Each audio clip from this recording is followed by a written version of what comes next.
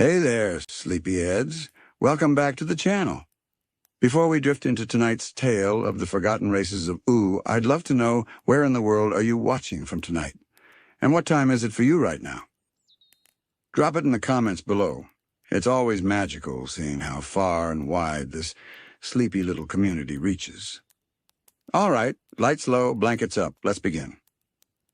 Tonight we set our gaze not on the candy people, nor the fiery kingdoms or frozen wastelands, but on a race that most of Ooo has already forgotten.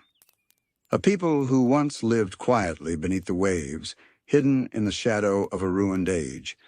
They called themselves Hyoomans, strange fish-bodied beings with wide eyes and flippers for hands, yet their voices, their songs, and even their culture carried the faintest echo of something hauntingly familiar.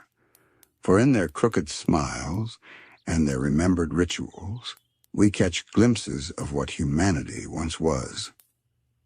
Long after the Mushroom War reshaped the earth into Ooo, after kingdoms of candy and fire began to rise, there were still remnants of the human story lingering like whispers.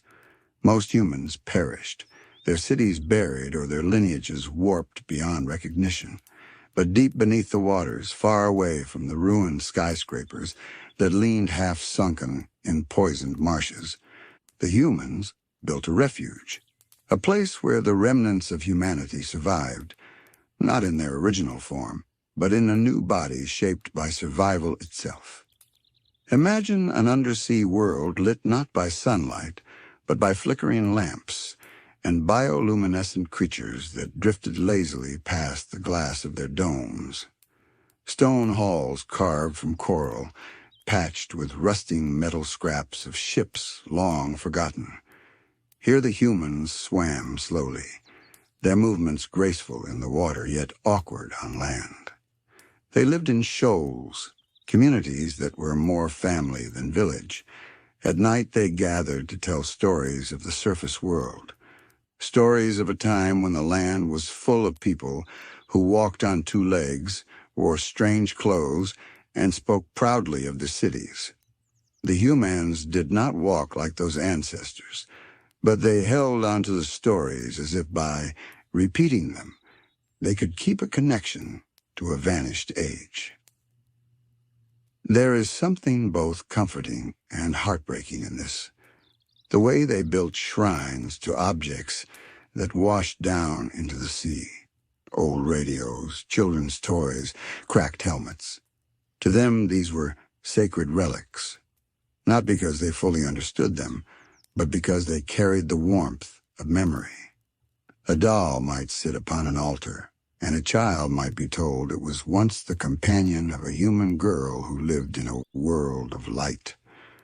A cracked wristwatch might be tied with coral rope and worn proudly as a symbol of time itself, though no human knew how to read its face. This is how cultures endure after catastrophe. Not always in perfect form, but in fragments, distorted by distance, reshaped by need, yet still carrying echoes of truth. For the Hyoomans, survival was not just about living through each day. It was about holding on to the idea that they were not entirely alone, that somewhere in the flow of history they were connected to something greater. And so their bodies may have resembled fish, but their hearts were undeniably human. They worried, they laughed, they told stories to their children before sleep. They mourned when one of their kin was lost to the deep. And perhaps most importantly, they dreamed of the land above bay. Legends whispered through their caves of the surface world. Some said the air was toxic, filled with the ghosts of fire. Others believed it was lush and green, waiting for them to reclaim it. These were not scientific accounts. They were hopes wrapped in imagination. For in the darkness of the deep, the idea of sunlight itself was a myth worth clinging to. When Finn first encounters the Hyoomans, the viewer is struck by how odd they seem. Their movements are clumsy and their words peculiar. Yet beneath that strangeness lies something tender. Their very existence is a quiet testimony to humanity's refusal to disappear. In them, we see the adaptability of life, the way it bends without fully breaking. We see how stories themselves can keep a people alive. Some scholars of Ooo have speculated on their origin. Were they humans, mutated by fallout, their DNA twisted until scales and fins replaced skin and bone? Or were they perhaps the result of magical interference, a spell gone awry that turned survivors into sea-dwellers? There are even gentler theories, ones that suggest the Hyoomans were not cursed, but chosen. That some group of humans, desperate to escape the poisoned land, adapted themselves through ancient science or forgotten magic to live in the safety of the sea. In this way, they did not lose their humanity, they transformed it. Whatever the truth, the Hyoomans became a bridge. Not quite human, not quite beast, but something in between. Their society, though small, reminds us of how cultures evolve under pressure. They invented songs of the tides. They developed rituals around migration and the seasons of the ocean. And all the while, their memories of humanity guided them like a lighthouse in the dark. If you listen closely to their speech in the show, you can even hear it, a strange, broken mimicry of human words.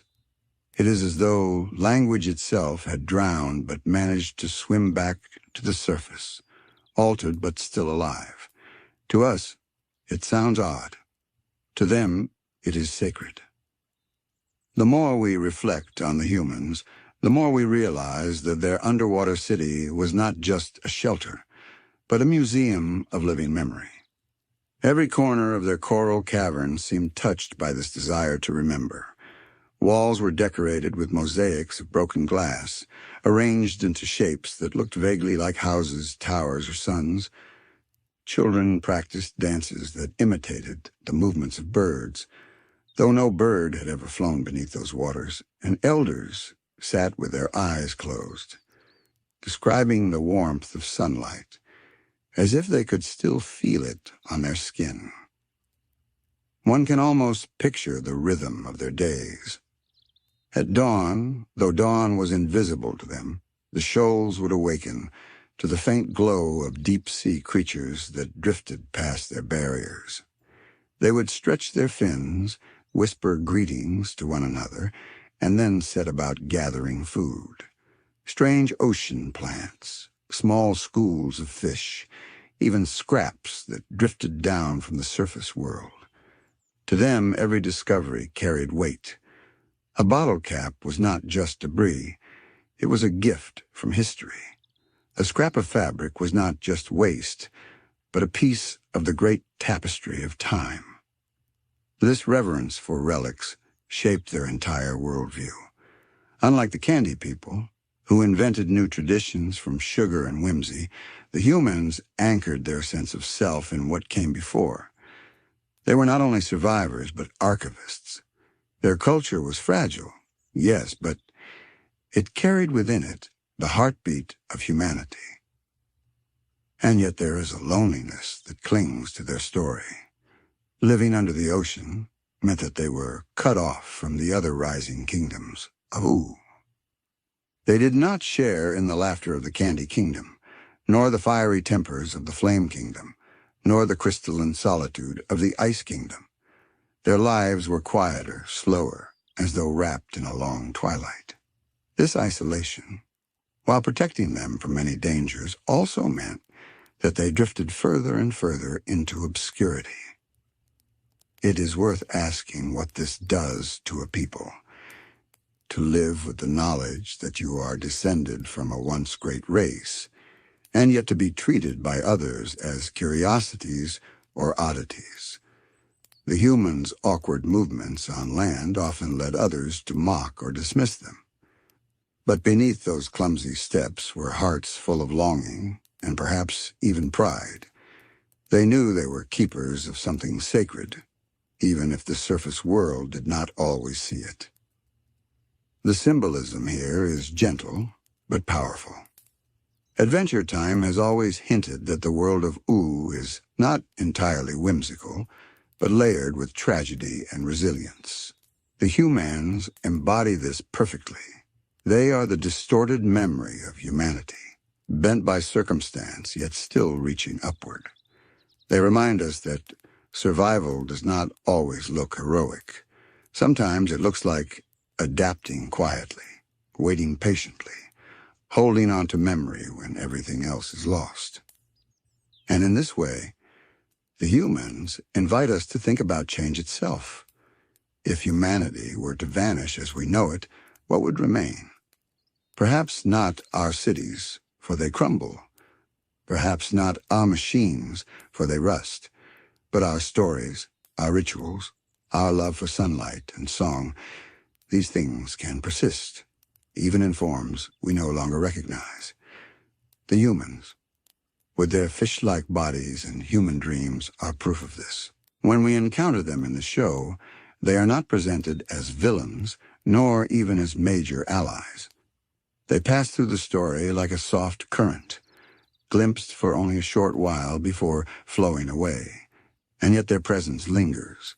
It makes us wonder how many other forgotten races exist just beyond our sight. It makes us realize that Ooo is built on countless layers of survival, each with its own voice, its own shape. For the Hyoomans, the ocean was both a refuge and a cage.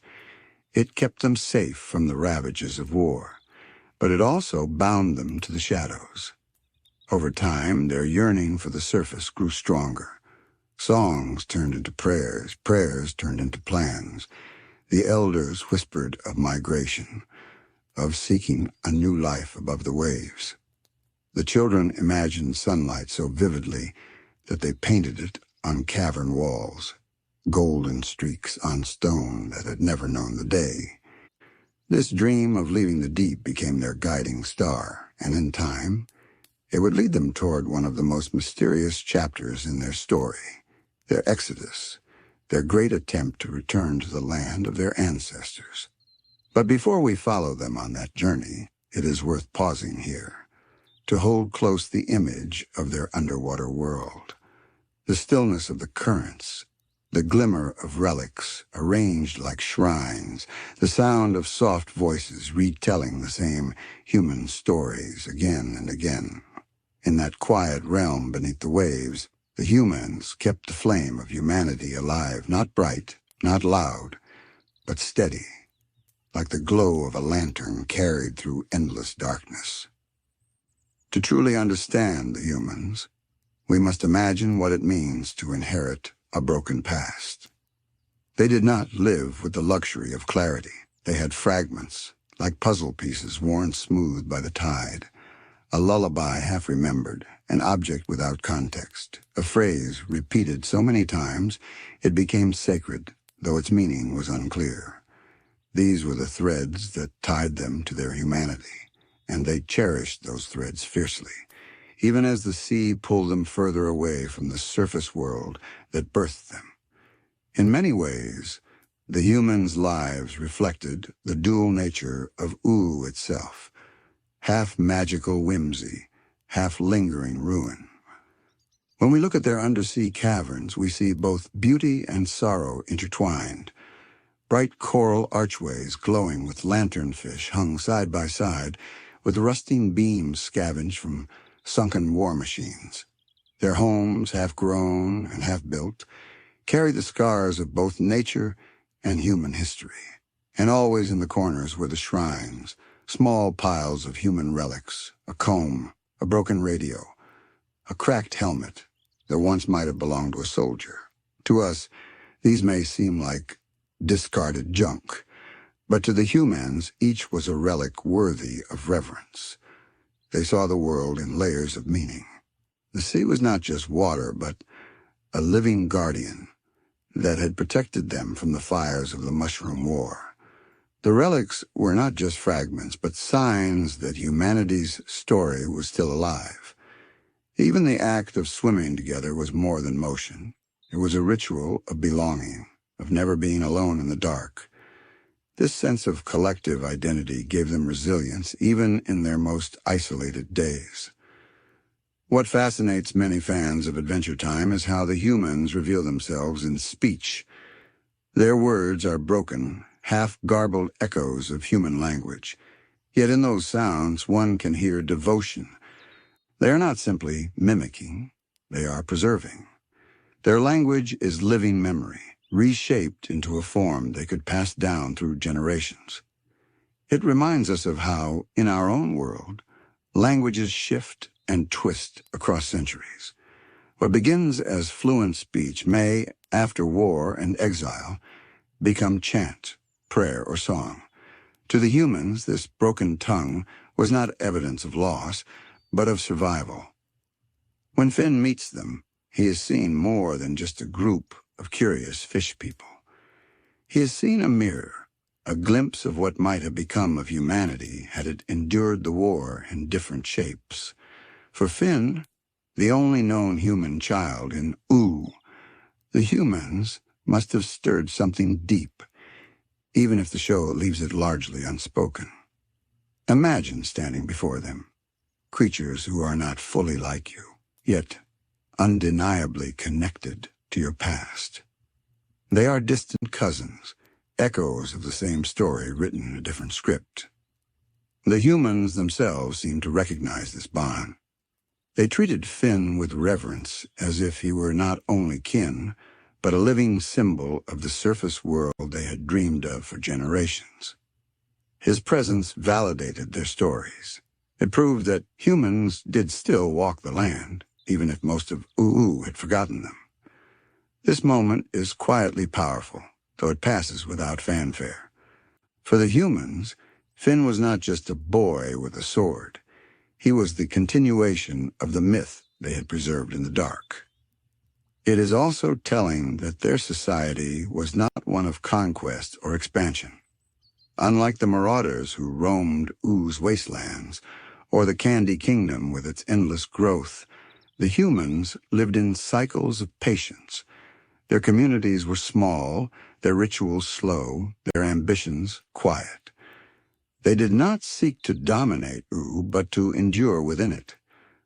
Perhaps the sea itself taught them this lesson, that survival comes not from force, but from flowing with the currents, from waiting for the right tide. But even patience has limits. Over centuries, the yearning for the surface grew too strong to ignore. The Hyoomans longed for sunlight. They longed for the warmth of air. They longed to walk upon land, even if their steps would be clumsy and awkward. This yearning became more than a dream. It became prophecy. Elders spoke of a day when the shoals would rise. Children painted visions of rolling meadows and glowing skies they had never seen. And when whispers of opportunity reached them a ship, a chance to leave the depths, those whispers became destiny. Before we follow them up into that chapter of their tale, we should linger a little longer in the underwater halls where their culture was born. Picture the sound of water echoing softly against coral walls. Picture the flickering light of deep-sea lanterns casting shadows that dance like ghosts of the past. Picture a child swimming close to her elder, listening to stories of the time before the sea, when humans lived in cities of glass and stone. She does not fully understand, but she believes, and in that belief, the story endures. That is the quiet magic of the Hyoomans. They remind us that memory is not always clear, but it can still be powerful. Even if distorted, even if half lost, it shapes the way a people live. Their shrines, their songs, their broken words, all of it speaks to a deeper truth, that what humanity leaves behind is never truly gone, not so long as someone, somewhere remembers. And so beneath the waves, the Hyoomans kept vigil. They swam through waters heavy with history. They held close the relics of the old world. They told the same stories again and again, not to cling to the past, but to keep their hearts alive in the present. And all the while, they dreamed of sunlight, waiting for the day when they might rise to the surface once more. The humans' yearning for the surface was not only a matter of curiosity, it was woven into their very identity. Every story they told, every shrine they built, every song they sang carried the same gentle refrain, that they came from somewhere else, that they were not only of the sea, but of the land, too. Their bodies might have grown fins and tails, but their spirits still pointed upward toward the sky they had never seen. Over time, this yearning became a force of its own. It shaped their rituals. Families would gather at the top of their domes, pressing their hands against the barrier between the water and air, whispering prayers to the world above. Children played games that involved pretending to walk clumsily on legs, stumbling and laughing as though practicing for a future they had never known. Elders taught that to swim was to survive, but to walk was to live. And so, generation after generation, the dream of the surface grew brighter, even as the reality remained distant. In the show, we meet the Hyoomans long after these dreams have begun to solidify into action. Their undersea world is already tinged with restlessness. They collect relics, not only as reminders of what was lost, but as promises of what might be reclaimed. A cracked helmet becomes more than a curiosity, becomes a crown of prophecy.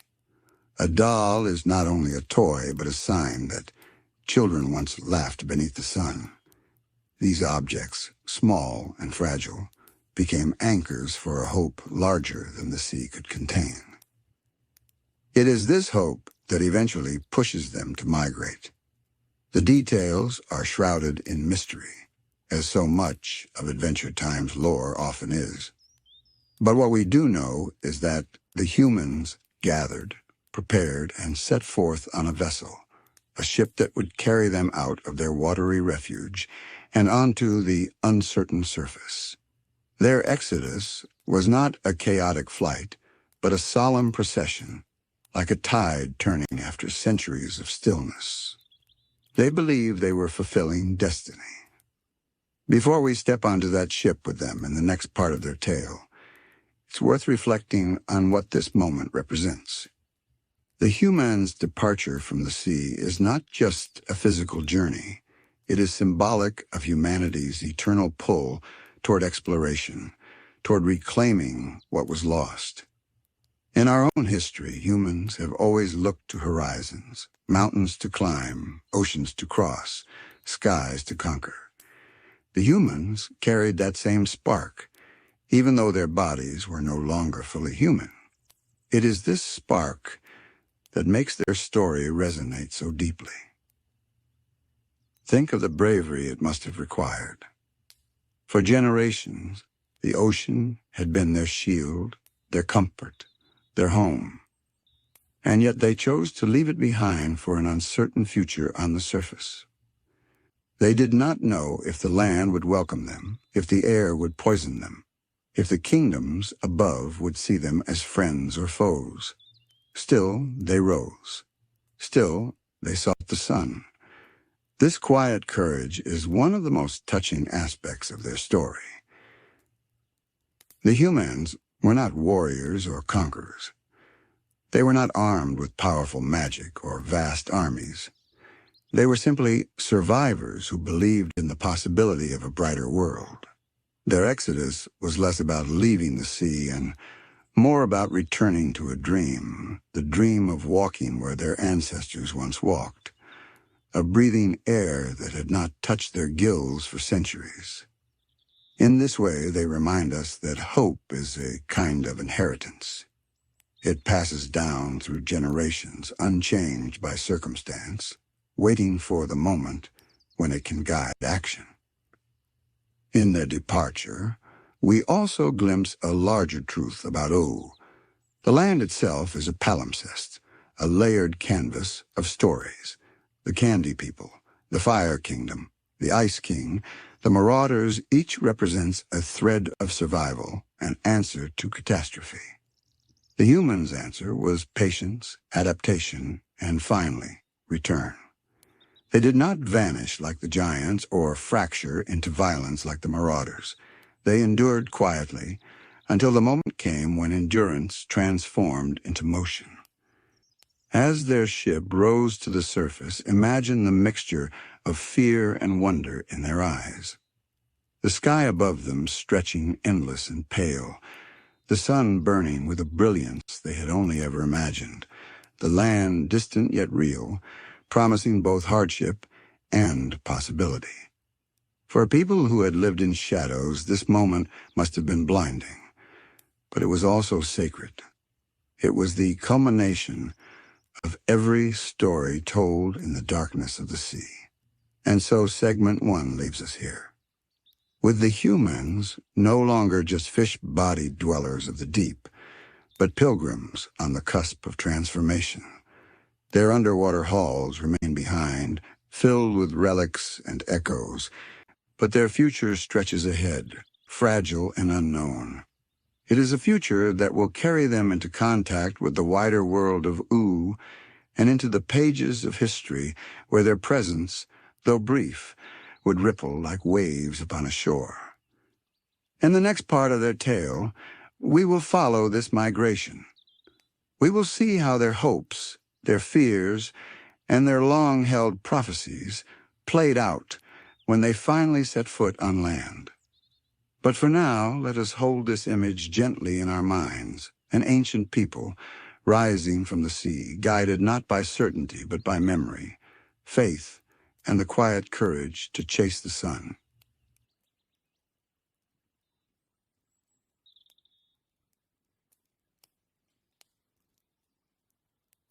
When the humans finally left the depths of the ocean, it was not a sudden escape, but a long, breathing exodus. Imagine it like a tide turning after centuries, slow at first, then steady, until the pull was too strong to resist. For generations, they had whispered of this moment, teaching their children to dream of sunlight they had never felt, and now, at last, the sea released them. Their migration was as much a ritual as a journey, a fulfillment of the hope that had been echoing in their songs since the days after the Mushroom War. The vessel that carried them was not some shining ark of ancient technology, nor a miraculous gift from the stars. It was a patchwork ship, part scavenged wood, part rusting steel, bound together with rope and determination. To any other kingdom, it might have looked fragile, even laughable, a thing unfit to sail the great oceans of Ooo. But to the humans, it was sacred. They saw it not only as a boat, but as prophecy made real. Every plank hammered into place, every scrap of metal fitted into its frame, was an act of devotion to the world above. As the ship rose through the waves and left behind the domes of their underwater homes, the Hyoomans carried with them more than supplies. They carried their shrines, their relics, the strange little treasures of humanity they had safeguarded in the deep. A child clutched a cracked doll. An elder wore a watch that no longer ticked. Families gathered in quiet clusters, singing the broken human songs that had outlasted centuries of silence. This was not a people fleeing danger. It was a people carrying memory into the future. The sea itself must have felt their departure. For so long it had been their shield, their cradle, their cage. Now, as the Hyoomans surfaced, it was as though they were shedding the last layer of their exile. The water fell from their scales and fins, sparkling in the sunlight they had only ever painted on cavern walls. Imagine that moment, the first bursts of warmth against skin that had known only darkness. The first breath of air, heavy and strange, filling lungs that had never felt such weight. For them, it was both terrifying and divine. And yet, their journey was not simple. The surface world they emerged into was not the same one their ancestors had known. The lands of Ooo had shifted, Kingdoms had risen. Dangers had spread. To the humans, everything was foreign. The forests that stretched in green across the horizon were more myth than reality. The sound of wind through leaves must have been unsettling, like whispers of ghosts. Even the stars above, once only points in their stories, were now cold and endless eyes staring down. But despite their unease, the Hyoomans pressed forward. The ship became their ark, not in the sense of saving them from a flood, but in carrying them toward rebirth. They sailed not with maps, but with faith. Faith that the land would accept them. Faith that their children would one day walk without stumbling. Faith that the relics they carried would finally have meaning in a world of sun instead of shadow. There is something profoundly moving in this image. For most of Ooo, the Hyoomans are a footnote, a curiosity glimpsed only briefly. But when we slow down, when we trace their journey step by step, their story becomes one of the most human in all of Adventure Time. They remind us that survival is not only about enduring the present, but about carrying the past into the future, and about daring to believe in a place beyond the horizon. Of course, their exodus was not without challenges. The sea was vast, and the world above was indifferent. The Hyoomans had no great armies, no alliances, no powerful magic to shield them. All they had was their ship, their stories, and one another. But sometimes that is enough. In the gentle way they clung together, in the way they sang their broken songs as waves crashed against their hull, there was resilience. They did not sail as conquerors, but as pilgrims, and in that humility they found strength. Their journey also places them in contrast with the other races of Ooo. While many of those kingdoms were born out of power or accident, the Candy Kingdom from magical experiments, the Fire Kingdom from elemental inheritance, the Hyoomans' place in Ooo was chosen. They chose to rise. They chose to leave behind their safety and risk the unknown. In this way, they remind us of something ancient in the human spirit, the willingness to walk into mystery for the sake of hope. So much of Adventure Time's lore is about cycles, life sprouting from ruin, kingdoms rising from ash, stories retold after silence. The Hyoomans' exodus is one of those cycles written clearly upon the sea. They were born from the end of the human age, reshaped by necessity, and when the time was right, they sought to return to the very world their ancestors had lost. It is a story of return, but not of repetition. For when the Hyoomans stepped onto the surface, they would not be the same as those who came before. They would be something new. The image of their ark drifting across the open ocean feels almost like a dream itself. The Hyoomans huddled together on deck, their scales glistening under the pale glow of the moon. For most of them, this was the first time they had ever looked up into the night sky.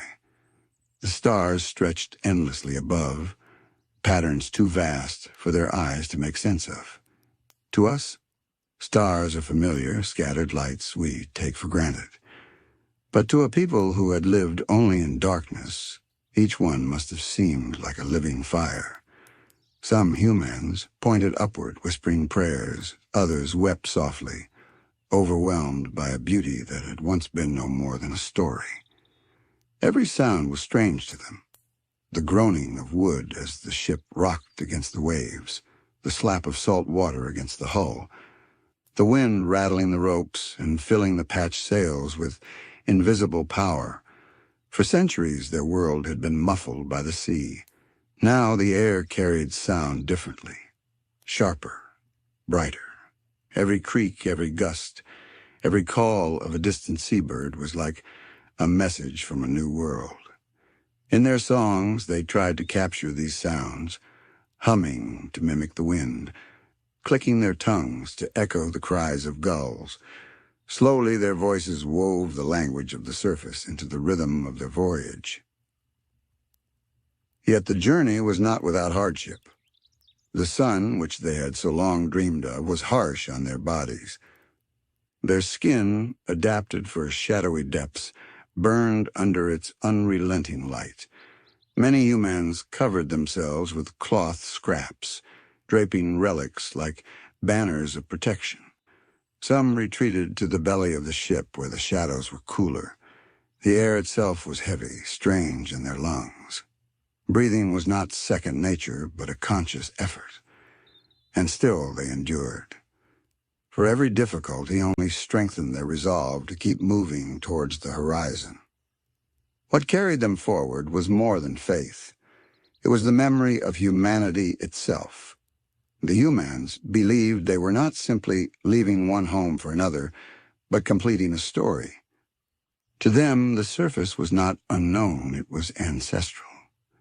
They had painted its image in caves, carved its shape into stone, whispered its name into the darkness. To walk on land was not only a dream, it was destiny. Their bodies might falter, but their spirits surged with every wave that pushed the ship closer to shore. When we see glimpses of this in Adventure Time, it is understated, almost casual. The Hyoomans appear only briefly. Their culture hinted at more than explained. Yet when we lean into their story, when we imagine what their exodus must have felt like, it transforms into one of the most poignant migrations in the land of Ooo. In them we see the persistence of human spirit, that even when reshaped, even when forgotten, it refuses to let go of the land, the sky, the sun. One detail that makes their journey even more meaningful is what they carried with them. Not wealth, not weapons, not tools of conquest. They carried symbols, relics, objects that once belonged to a world long gone. Each Hyooman had something small, something personal, tied to the memory of humanity. Together, these objects became their library and their temple, their compass. A cracked radio humming softly with silence. A broken photograph, water-damaged, its figures blurred beyond recognition. A shoe carefully wrapped in cloth as if it were a crown. These items were absurdly fragile, yet they mattered more than anything else. They were proof that the Hyoomans were not merely creatures of the sea, but heirs to a history too vast to vanish completely. It is striking to think that in a world of candy citizens and cosmic beings, these simple objects carried so much power. They were not enchanted, not alive, not magical. And yet, in the hearts of the Hyoomans, they glowed brighter than any jewel. For in those relics, they found connection. They found purpose. They found courage to keep sailing. This quiet reverence makes their story less about mutation and more about memory. They were not only adapting to survive, they were remembering to live. As days passed on their voyage, the ship itself became an extension of their community. Families gathered around makeshift fires lit in metal bowls, telling stories of the land they had never seen. Children played among the ropes, pretending to climb mountains, pretending to walk through fields of grass. The elders closed their eyes and described rivers, forests, and skies so blue they ached to imagine. The ship carried them forward not only in space, but in spirit. Each wave was a step closer to fulfillment. Each night beneath the stars was another page added to their myth. And always, there was the horizon. To the Hyoomans, it was more than a line where sea met sky. It was a promise, a border between exile and arrival. They watched it with patient eyes, waiting for the moment when land would finally break its silence. They did not know what they would find or what would await them, but they believed that beyond that horizon was the life they had always been meant to reclaim. The Hyoomans' ship drifted like a fragile bead across the endless water. To those who had never before left their underwater caverns, the vast openness must have been overwhelming. In the ocean below, there had always been walls, ceilings, structures to mark the edges of their world. But here on the surface, there were no boundaries, only horizon, stretching endlessly in every direction. It was freedom, yes, but also uncertainty. To step into an infinite sky after generations in the dark was like stepping into a dream that had no end. At night, they learned to navigate by the stars. The elders who had memorized constellations painted in their cavern shrines now compared their symbols to the living sky. They whispered names to the clusters of light, names passed down through centuries of underwater retellings. To the Hyoomans, the stars were more than distant fires. They were maps, guardians, storytellers. Each night became a lesson. As children traced the sky with their fins and tried to match the shapes to the old tales. The voyage was no longer just a passage across water, but a continuation of their myths. Days, however, were harsher. The sun that inspired their dreams proved merciless. Their scales dried and cracked under its heat. Their eyes, accustomed to shadows, squinted against its brilliance. Some Hyoomans wrapped themselves in wet cloths, soaking them in seawater to stay cool. Others painted themselves with paste made from crushed sea plants, forming greenish masks against the light. Even in suffering, they adapted, for this was their way. They had been shaped by catastrophe before, and they would be shaped again. Food was scarce, and every meal became a ritual of gratitude. They fished with nets woven from rope and seaweed, catching only what was needed, offering thanks to the ocean that had carried them so far. Some caught rain in bowls and jars, treating it as a blessing from the sky they had long prayed to. These simple acts held deep meaning. Each catch, each drop of water, was not only sustenance, but confirmation that the surface world was welcoming them little by little. It is moving to imagine how the Hyoomans carried themselves during these trials. They did not complain loudly or despair openly. Instead, they turned hardship into story. A rough storm became the tale of a sea spirit testing their courage.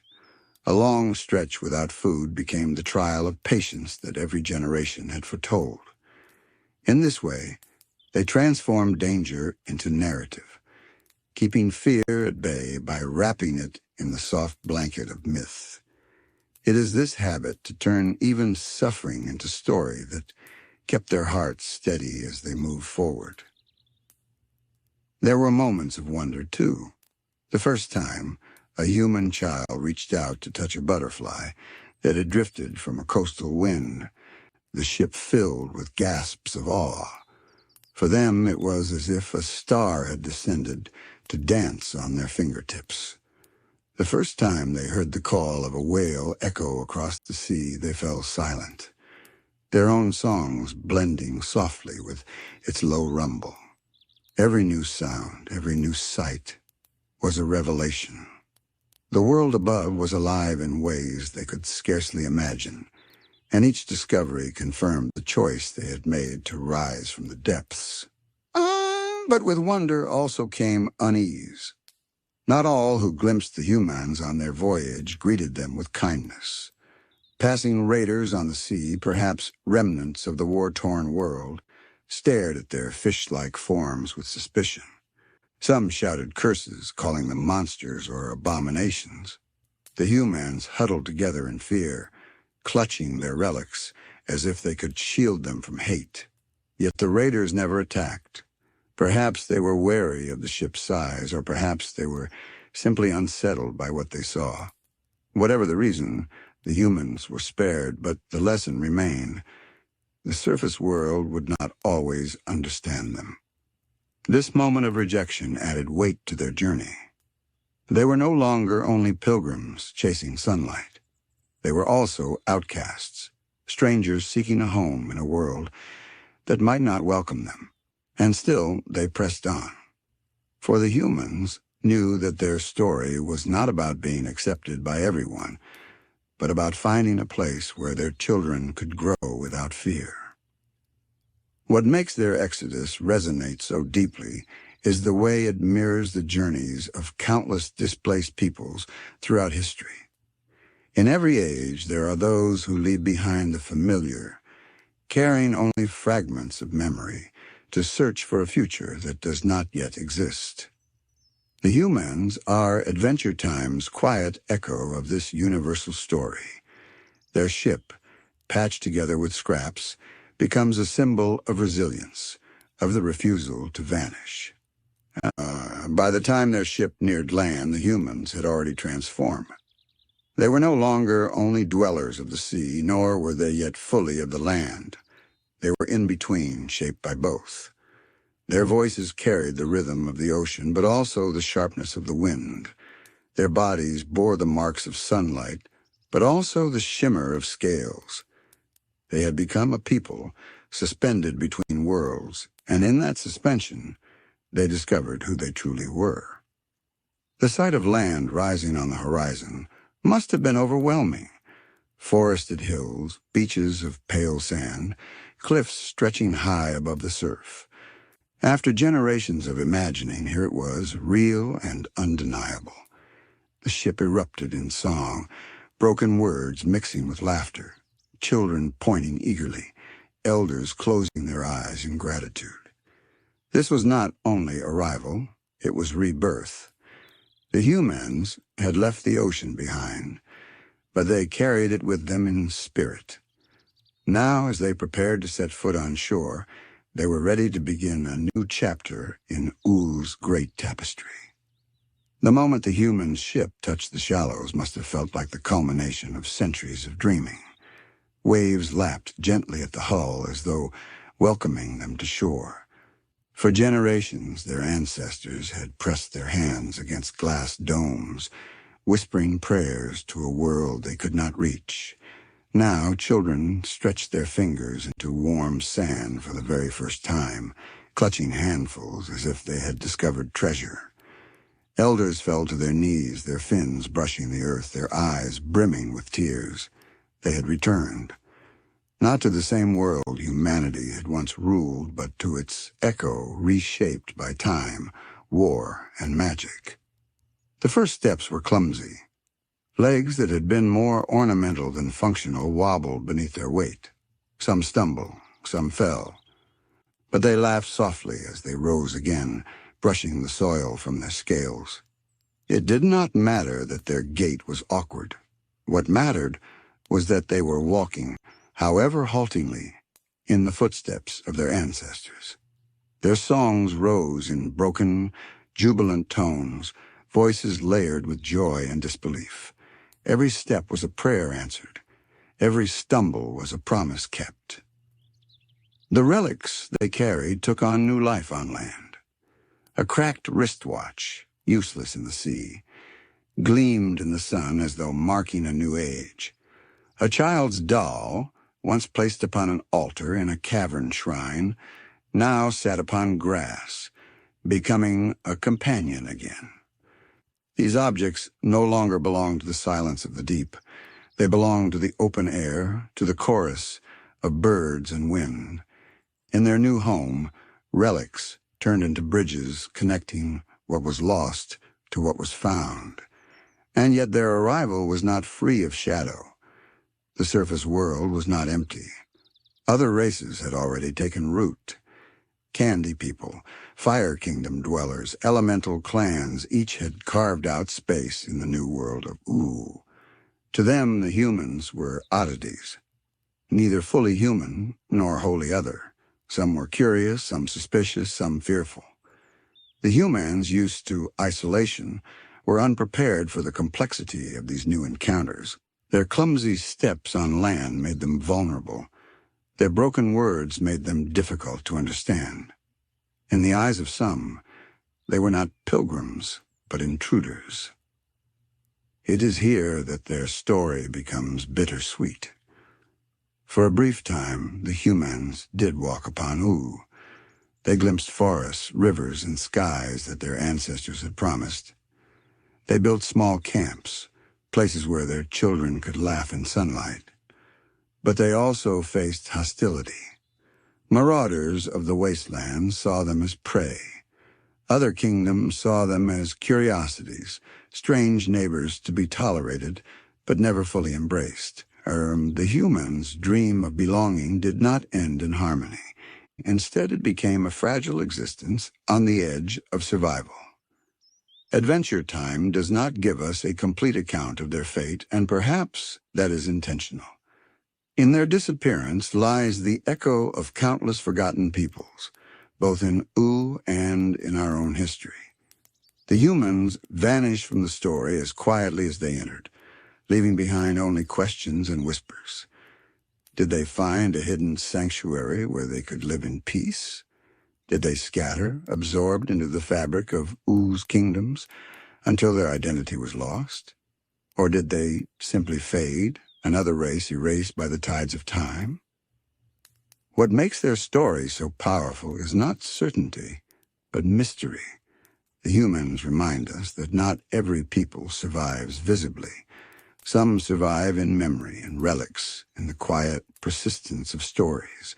Finn's brief encounter with them ensures that they are remembered, however faintly, in the Tapestry of Ooo. His presence among them validated their centuries of dreaming, showing them that their lineage had not been in vain. For a moment, their prophecy was fulfilled. Humans did walk the land once more. Their exodus is therefore both triumphant and tragic. Triumphant because it shows the unyielding strength of hope, the way a dream can carry a people across generations. Tragic because the world they entered was not the world they imagined. Yet even in this tragedy, there is beauty. The Hyoomans are not defined by what they lost, but by what they carried. Their songs, their relics, their memories. These were their true treasures, and they bore them bravely into a future that may never have fully welcomed them. In reflecting on their journey, we see the essence of Adventure Time's storytelling. Beneath the candy colors and whimsical surface lies a quiet exploration of survival, memory, and the cost of change. The Hyoomans embody this perfectly. They are the forgotten heirs of humanity, reshaped by necessity, guided by hope, and remembered through the briefest of encounters. Their story drifts through the series like a lullaby half-heard, fading as the dream deepens. As segment 2 draws to a close, we are left with the image of their ship abandoned on a distant shore. Its sails tattered, but its purpose fulfilled. Around it, faint footprints lead into the forests of Ooo, some deep, some shallow, all disappearing into the earth. The Hyoomans themselves are gone from our sight, but the echoes of their voices linger, carried on the wind like the hum of forgotten songs. Their fate remains uncertain, but their presence remains undeniable. And so, from the stillness of the sea to the strangeness of the surface, the Hyoomans completed their great exodus. They did not conquer, they did not dominate, but they fulfilled a promise to themselves and to the past. Whether they found peace or faded into legend, their story lives on as a reminder that even the most fragile hope can carry a people to the shore. Beyond the soft currents of the sea and the hopeful exodus of the Hyoomans lies another side of Ooo, one stripped of warmth and magic. It is a place where the land itself still carries the scars of the Mushroom War, where the soil is cracked, the rivers poisoned, and the sky sometimes draped in a sickly haze. These are the wastelands of Ooo, regions seldom spoken of, places the bright kingdoms try to forget. And yet even here, life endures. Not in the form of candy citizens or gentle forest creatures, but in the shape of restless wanderers, the Marauders. The Marauders are never given a full history in the series. They appear briefly, scattered along the fringes of Ooo, faces hidden behind crude masks, voices snarling with hunger and suspicion. They ride across barren ground in scavenged armor, wielding weapons that look patched together from rusting blades and bones. Unlike the Hyoomans, who carried memory like a lantern, the Marauders seem to carry only survival, stripped of tenderness, sharpened into something feral. Yet even they are part of Oo's long story, another reminder of what the war left behind. To imagine them is to imagine the remnants of humanity that did not adapt with grace. Perhaps they are descendants of soldiers who survived the blasts, but without the sea's shelter or the Candy Kingdom's whimsy to soften their lives. Their bodies are still human enough, though scarred and twisted by hardship.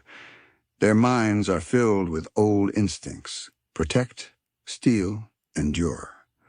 While other peoples of Ooo built kingdoms or cultivated stories, the Marauders lived in the shadow of ruin, defined by hunger and fear. It is telling that we glimpse them only briefly. They are not characters meant for long conversations or grand arcs. They are flashes of the world's darkness, reminders that Oo's whimsical beauty is balanced by danger. When Finn and Jake encounter them, the Marauders are faceless threats, charging with weapons raised, a swarm of violence. And yet, if we slow the story down, if we imagine who they were before, we can hear faint echoes of humanity in their cries. Beneath the armor and fury, they are survivors too. Survivors who never found peace, never found a shrine to cling to, never built a kingdom from sweetness or flame. They became nomads of despair. The wastelands they roam reflect their souls. Picture the cracked earth stretching in every direction, scattered with broken machines that once belonged to the pre-war world. The skeletons of skyscrapers rise in the distance, leaning like tired giants about to collapse. There are no bright banners here, no magical kingdoms, only silence, broken by the harsh cries of carrion birds and the rattling wheels of marauder wagons. In such a place, kindness is fragile, and only those willing to take by force endure. Yet even in this bleakness, the Marauders have their own strange order. They travel in bands, bound together not by affection, but by necessity. Each group is like a moving storm, dangerous but fleeting, descending upon travelers and then vanishing back into the wasteland. They do not build homes or cities. Their shelters are tents stitched from scraps, their fires fueled by whatever can burn. In their way of life, everything is temporary, even safety, even loyalty. Perhaps that is why their faces are hidden behind masks. It is easier not to see each other, not to remember the humanity that once looked back. Their presence in Oo's lore is unsettling, not only because they threaten our heroes, but because they force us to face the cost of survival without hope. The Hyoomans clung to relics. The Candy People created whimsy. The Marauders had neither. For them, survival became a hollow instinct, stripped of memory, stripped of dream. In this way, they are mirrors of what humanity could have become had all its stories been lost. They are Oo's reminder of despair, wandering shadows that haunt the edge of the kingdoms. But even they are not without meaning.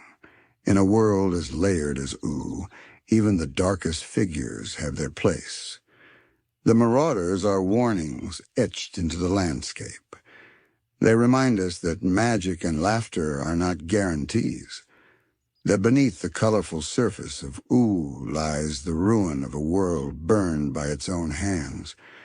Their roaming bands are the echoes of a history that refuses to vanish, just as the Hyoomans were echoes of humanity's longing. Only here the echo is harsh, jagged, and filled with rage. And so, as we drift through the lore of Forgotten Races, the Marauders stand as the shadowed counterpart to the Hyoomans. One carried memory as a fragile treasure. The other abandoned memory entirely, living only in the teeth of survival. Together, they show us the spectrum of what it means to endure after catastrophe. When we linger on the Marauders, questions naturally rise like dust from the wasteland floor. Who were they, truly? Were they once human, clinging stubbornly to the surface when others fled underground or transformed into new races? Or are they the descendants of those who embraced violence as a way of life in the chaos after the Mushroom War? Adventure Time never answers these questions outright, and perhaps that is deliberate. Their mystery allows us to imagine them as countless things at once. Humans who lost their way, hybrids twisted by fallout, or even just a metaphor for the cost of living without hope. If we lean toward the theory that they are remnants of humanity, the Marauders become deeply tragic. Imagine a small band of survivors in the days after the war. The cities are gone, food is scarce, and the skies burn with fallout. They try to keep families together, but hunger gnaws at them. Slowly, compassion becomes a luxury they cannot afford. Theft replaces trade. Violence replaces community. By the time centuries pass, their descendants know nothing but this way of life. They wear armor not as soldiers but as inheritors of despair, carrying forward a culture of taking because nothing else was left to them. Others believe the Marauders are not fully human at all. Their faces, always hidden, leave space for speculation. Some suggest that exposure to radiation and magic warped their features until masks became a necessity, not only to intimidate but to conceal deformities. In this view, the Marauders are not simply dangerous, they are wounded, their bodies reminders of a world that poisoned its own children. If true, their aggression may not only be cruelty but also shame, a way to mask their own suffering behind terror. Still others imagine them as fragments of pre-war militaries, perhaps soldiers who refused to lay down arms even after the world collapsed. Their helmets, their crude vehicles, their scavenged weapons, all could be echoes of armies that once marched with purpose. Now their battles are hollow, their wars reduced to raids across barren ground. In this light, the Marauders are less a people and more a ritual of violence, continuing to fight long after the meaning of the fight has faded. No matter which theory resonates, the Marauders embody a truth about Ooo, that survival can fracture in many directions. Some find hope, some build kingdoms, some dream of lost sons, and some, like the Marauders, choose teeth and claws, living by the creed that only the strong deserve to endure. Their presence makes Ooo feel alive, not as a whimsical fantasy, but as a layered world where even the ugliest paths are represented. The wasteland itself seems to conspire with them.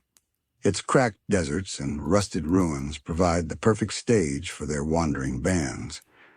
Where the Candy Kingdom glitters with color and the Fire Kingdom roars with heat, the Marauders' world is muted, dust, rust, bone.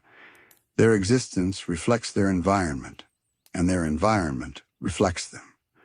A cycle of emptiness, feeding itself endlessly. If the Hyoomans' underwater domes were shrines of memory, then the Marauders' camps are shrines of forgetting. Nothing is preserved, nothing is sacred except the will to take. And yet even here there is something hauntingly human. When they ride together, when they gather around fires with their crude weapons and battered armor, we glimpse the outline of community, twisted, fragile, but still present. They are not solitary monsters. They need each other, even if that need is expressed through hierarchy and brutality. In their hidden faces and muffled voices, there may still be laughter, or songs, or fragments of language. We do not see it, but perhaps it is there, buried deep under the armor of survival. That is what makes the Marauders unsettling. They are not creatures wholly other, like goo beings or candy constructs. They are us, or at least what we could become if memory and tenderness were stripped away. They are the nightmare reflection of humanity, walking the wastelands in masks, so that they do not have to remember what they lost. When we place the Marauders alongside the brighter kingdoms of Ooo, their contrast becomes striking. The Candy Kingdom is fragile, but cheerful, building an identity around sweetness and whimsy. The Fire Kingdom burns with ancient elemental pride. The Ice Kingdom, cold and isolated, clings to its strange crown. Each of these realms, however peculiar, carries a story of survival through creation. They made something new out of the runes. The Marauders, by comparison, represent the refusal or inability to create. They live not by building, but by taking. Their survival is not a garden, but a wound, one that never closes. And yet without them, Ooo would feel incomplete. The Marauders remind us that the Mushroom War's consequences were not evenly softened by magic. Not every survivor found a kingdom to belong to. Not every remnant was transformed into something whimsical. Some were left behind in the ashes, clinging to scraps, their despair echoing through generations. In this way, the Marauders anchor Adventure Time's lore in a harsher truth, that not all survival is pretty, and not all stories are kind. It is possible that the Marauders were once neighbors of the Hyoomans. Both groups descended from the same shattered humanity, yet chose different paths.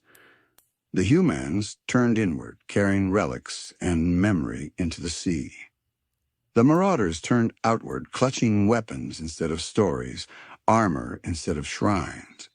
Where one group embraced patience, the other embraced violence. Together their fates form a quiet parable about the choices left after catastrophe. Do you cling to memory, however fragile, or do you let it slip away and live only for the hunger of the moment? The design of the Marauders in the show hints at this history. Their armor looks jagged and makeshift, as though crafted from the ruins of old machines and vehicles. Their weapons are inconsistent, patched together, often brutal in shape.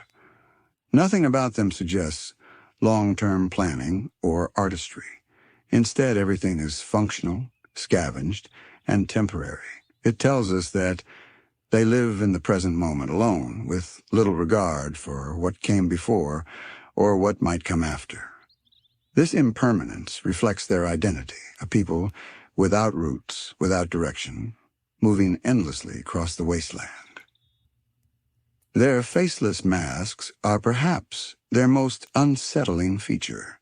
In Ooo, faces often tell stories.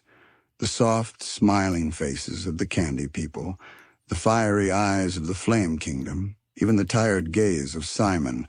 Beneath the ice crown, each face is a window into a soul. But the Marauders hide theirs. Their masks erase individuality, turning them into a single, hostile swarm.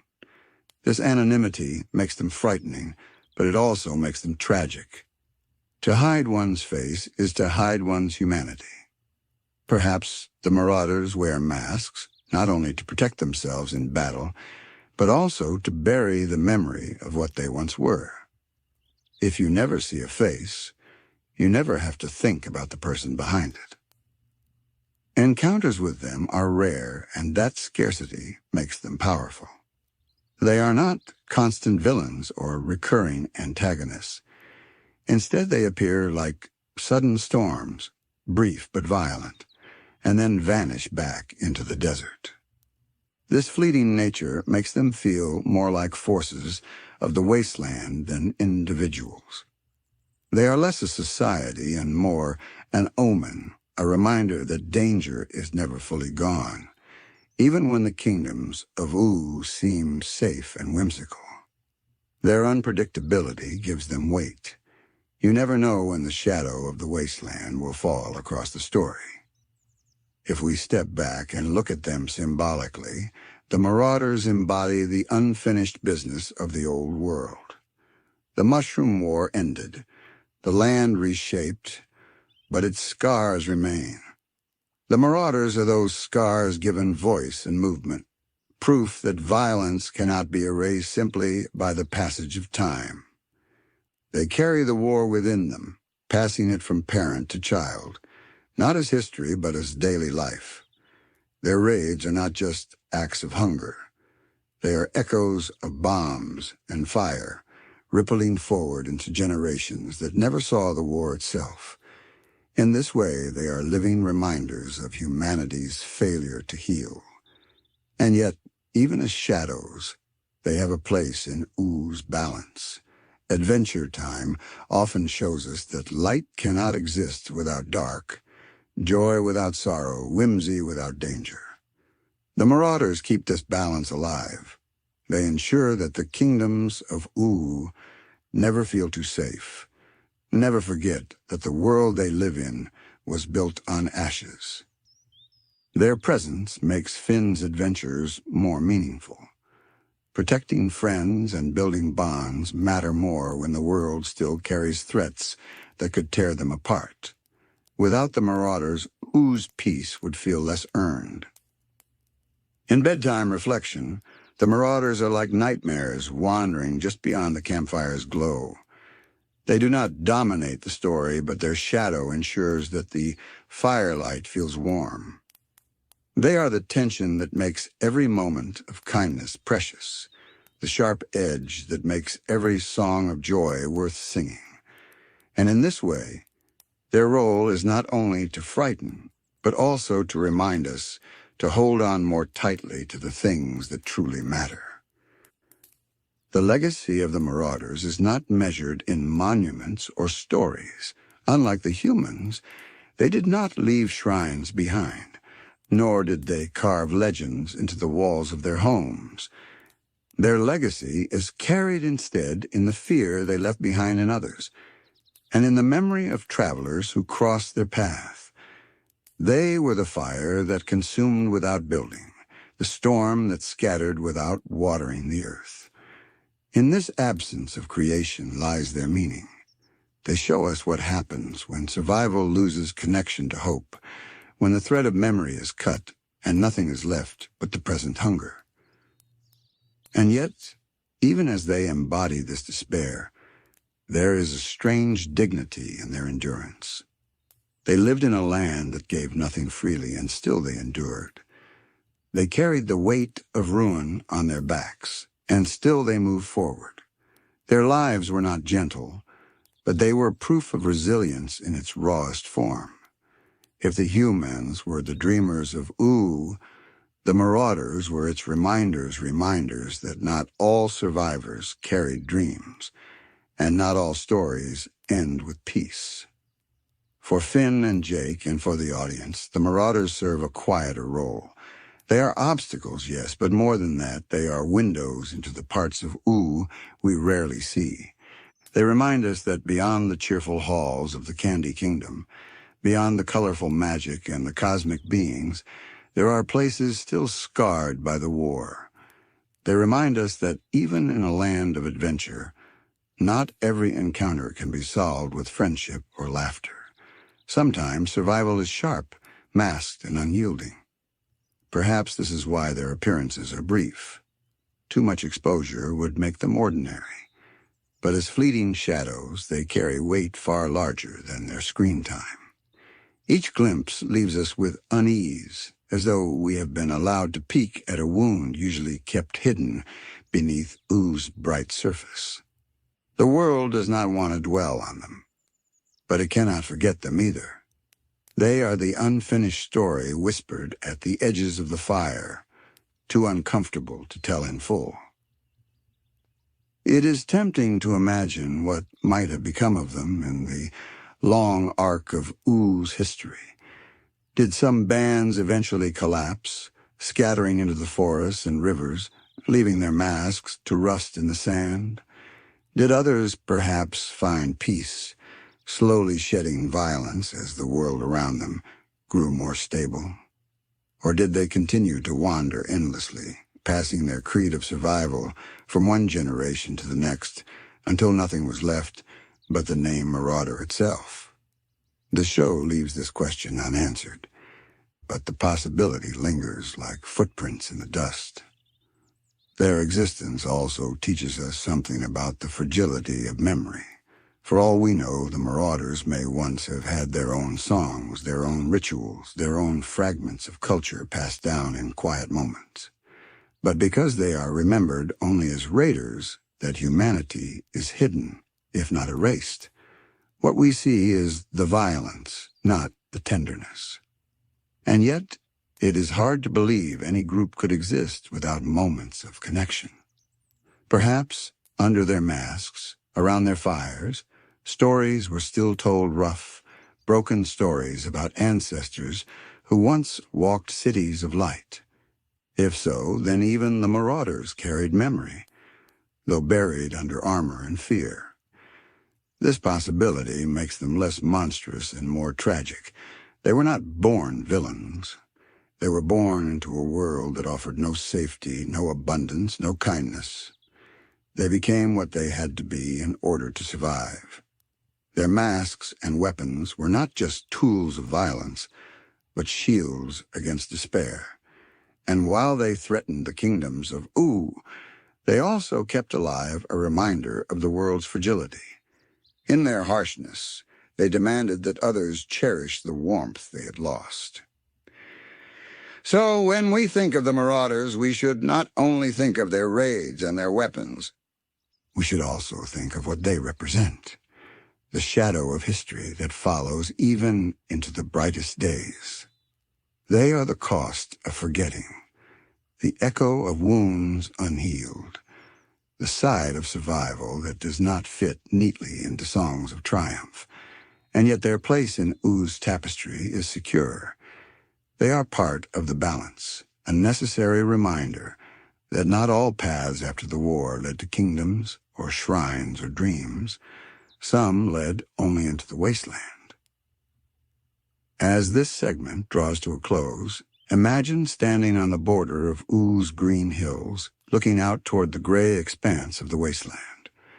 The air grows dry, the soil brittle, and far in the distance a cloud of dust stirs as a band of marauders rides by, their voices muffled behind masks, their banners tattered, their presence fleeting. They will vanish soon enough, swallowed by the horizon, leaving behind only silence. But the memory of them lingers, as memories of shadows always do. And with that memory, we are ready to turn our gaze from the Marauders to other forgotten shapes in Oo's great mosaic, the rare and fleeting races glimpsed only once, like Cyclops and Lizardfolk, who haunt the world not as swarms but as lonely reminders of ages long past. After the restless storms of the Marauders, our path leads us into quieter but no less haunting territory. Not all forgotten races of Ooo wander in bands or cling to relics of humanity. Some linger alone, their very size setting them apart from the fragile world that has grown smaller and stranger since the Mushroom War. Among these lonely figures are the Cyclops and the giants, beings glimpsed only in fragments, but carrying the weight of an older age. The Cyclops, towering and grotesque, appears in Adventure Time not as a people, but as a solitary creature. When Finn encounters it, we see a monster at first, a huge, lumbering figure with a single, unblinking eye. Its appearance is frightening, its voice harsh, its presence alien. Yet as with many of Oo's forgotten beings, there is a melancholy beneath the surface.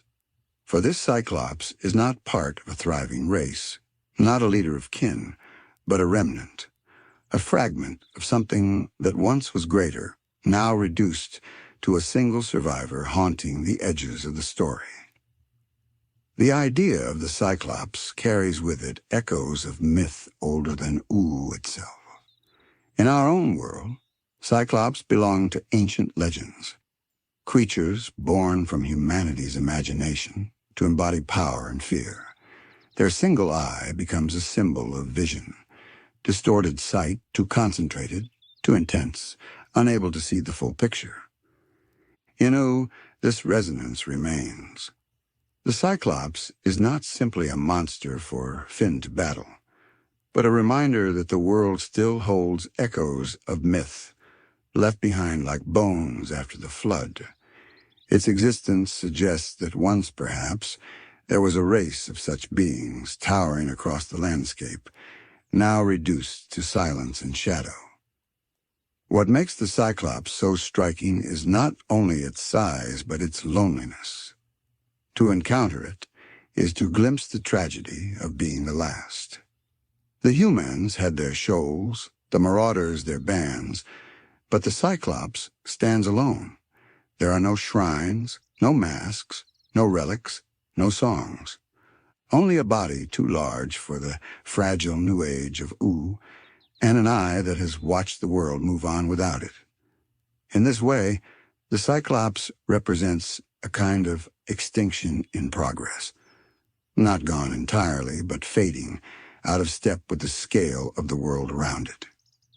Finn's battle with the Cyclops, though framed as an adventure, takes on symbolic weight when viewed in this light. The clash is not simply between hero and monster, but between the rising generation of Ooo, small, quick, adaptable, and the old giants of ruin, too large and too slow to survive. When Finn triumphs, it is not cruelty. It is inevitability. The age of titans is past. The age of children, of dreamers, of strange kingdoms made of candy and fire has taken its place. The Cyclops is not defeated as an enemy so much as ushered out another chapter of the old world closed. The giants of Ooo share this fate.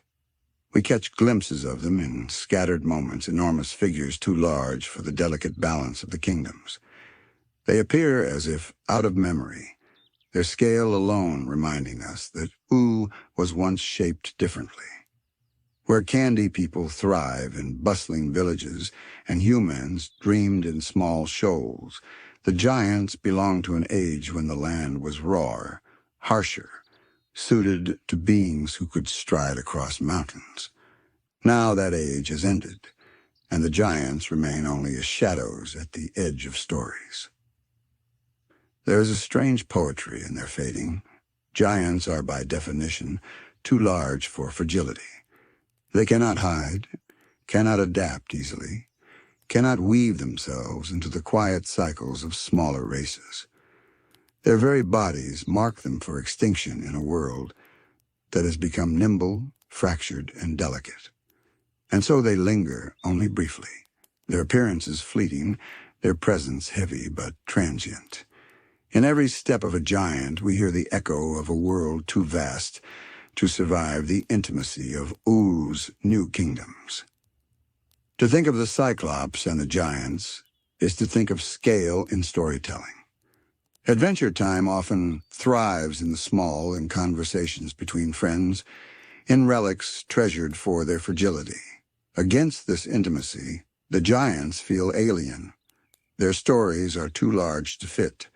They belong to myth more than to the everyday life of the show. And that, perhaps, is why they are glimpsed only once or twice. They are reminders of scale, inserted like dreams into the narrative, reminders that Ooo is not only built on candy and adventure, but also on the bones of forgotten titans. When we pause to consider the giants of Ooo, we realize that their rarity makes them feel even more ancient. They are not like the candy people, whose presence fills every street, nor like the Flame Kingdom, whose fire spreads across generations. Giants step briefly into view and then vanish again, as though they are wanderers in a dream. Their size alone ensures that they cannot live unnoticed, yet they seem to choose obscurity, keeping to the edges of the land as the smaller races take the stage. This obscurity gives them a spectral quality. Each time a giant appears, it feels less like an introduction to a character and more like a ripple of memory surfacing in the present. They are the leftover thoughts of a world that has already moved on. The Mushroom War reshaped Ooo into a patchwork of whimsy and danger, and in this patchwork, beings of colossal size seem misplaced. A giant's body requires space, resources, and strength that the New World does not easily provide. Their continued existence suggests a kind of stubbornness, as though they are unwilling to fully disappear. In myth, giants often represent the raw forces of nature: storms, mountains, floods. They embody the elements too vast for humans to control. In Ooo, this symbolism lingers. Giants are not subtle creatures. They stride like earthquakes, their voices rumbling like thunder, their shadows stretching far across the ground. But unlike nature, which constantly renews itself, the giants of Ooo feel tired. They are remnants rather than forces, echoes of power rather than power itself. Each appearance is tinged with the sadness of decline. The Cyclops shares in this melancholy. Its single eye, glaring and unblinking, suggests perception too intense to soften. To look at the world with only one eye is to see without depth, without the balance of duality. Perhaps this is why the Cyclops seems monstrous at first glance. Its vision is narrowed, and so its way of being is narrowed as well. But this narrowness is also what makes it tragic. The Cyclops cannot adapt, cannot shift perspectives. It is locked into a single gaze, and in a world that demands flexibility, that rigidity leads only to downfall. When Finn confronts the Cyclops, the scene at first plays like a simple battle. But beneath the surface, there is the symbolism of eras colliding.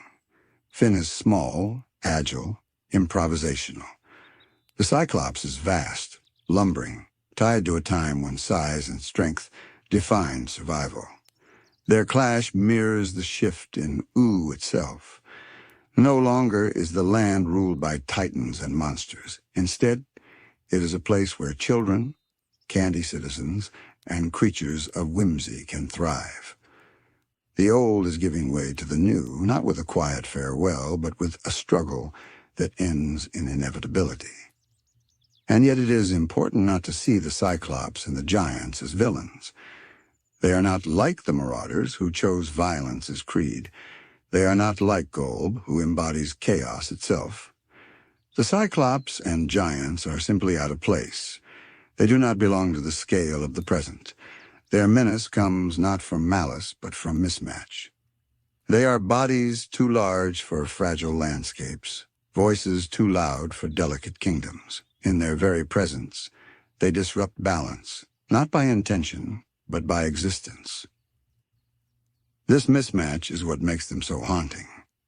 To encounter a giant or a Cyclops is to be reminded that the past still lingers in the cracks of the present.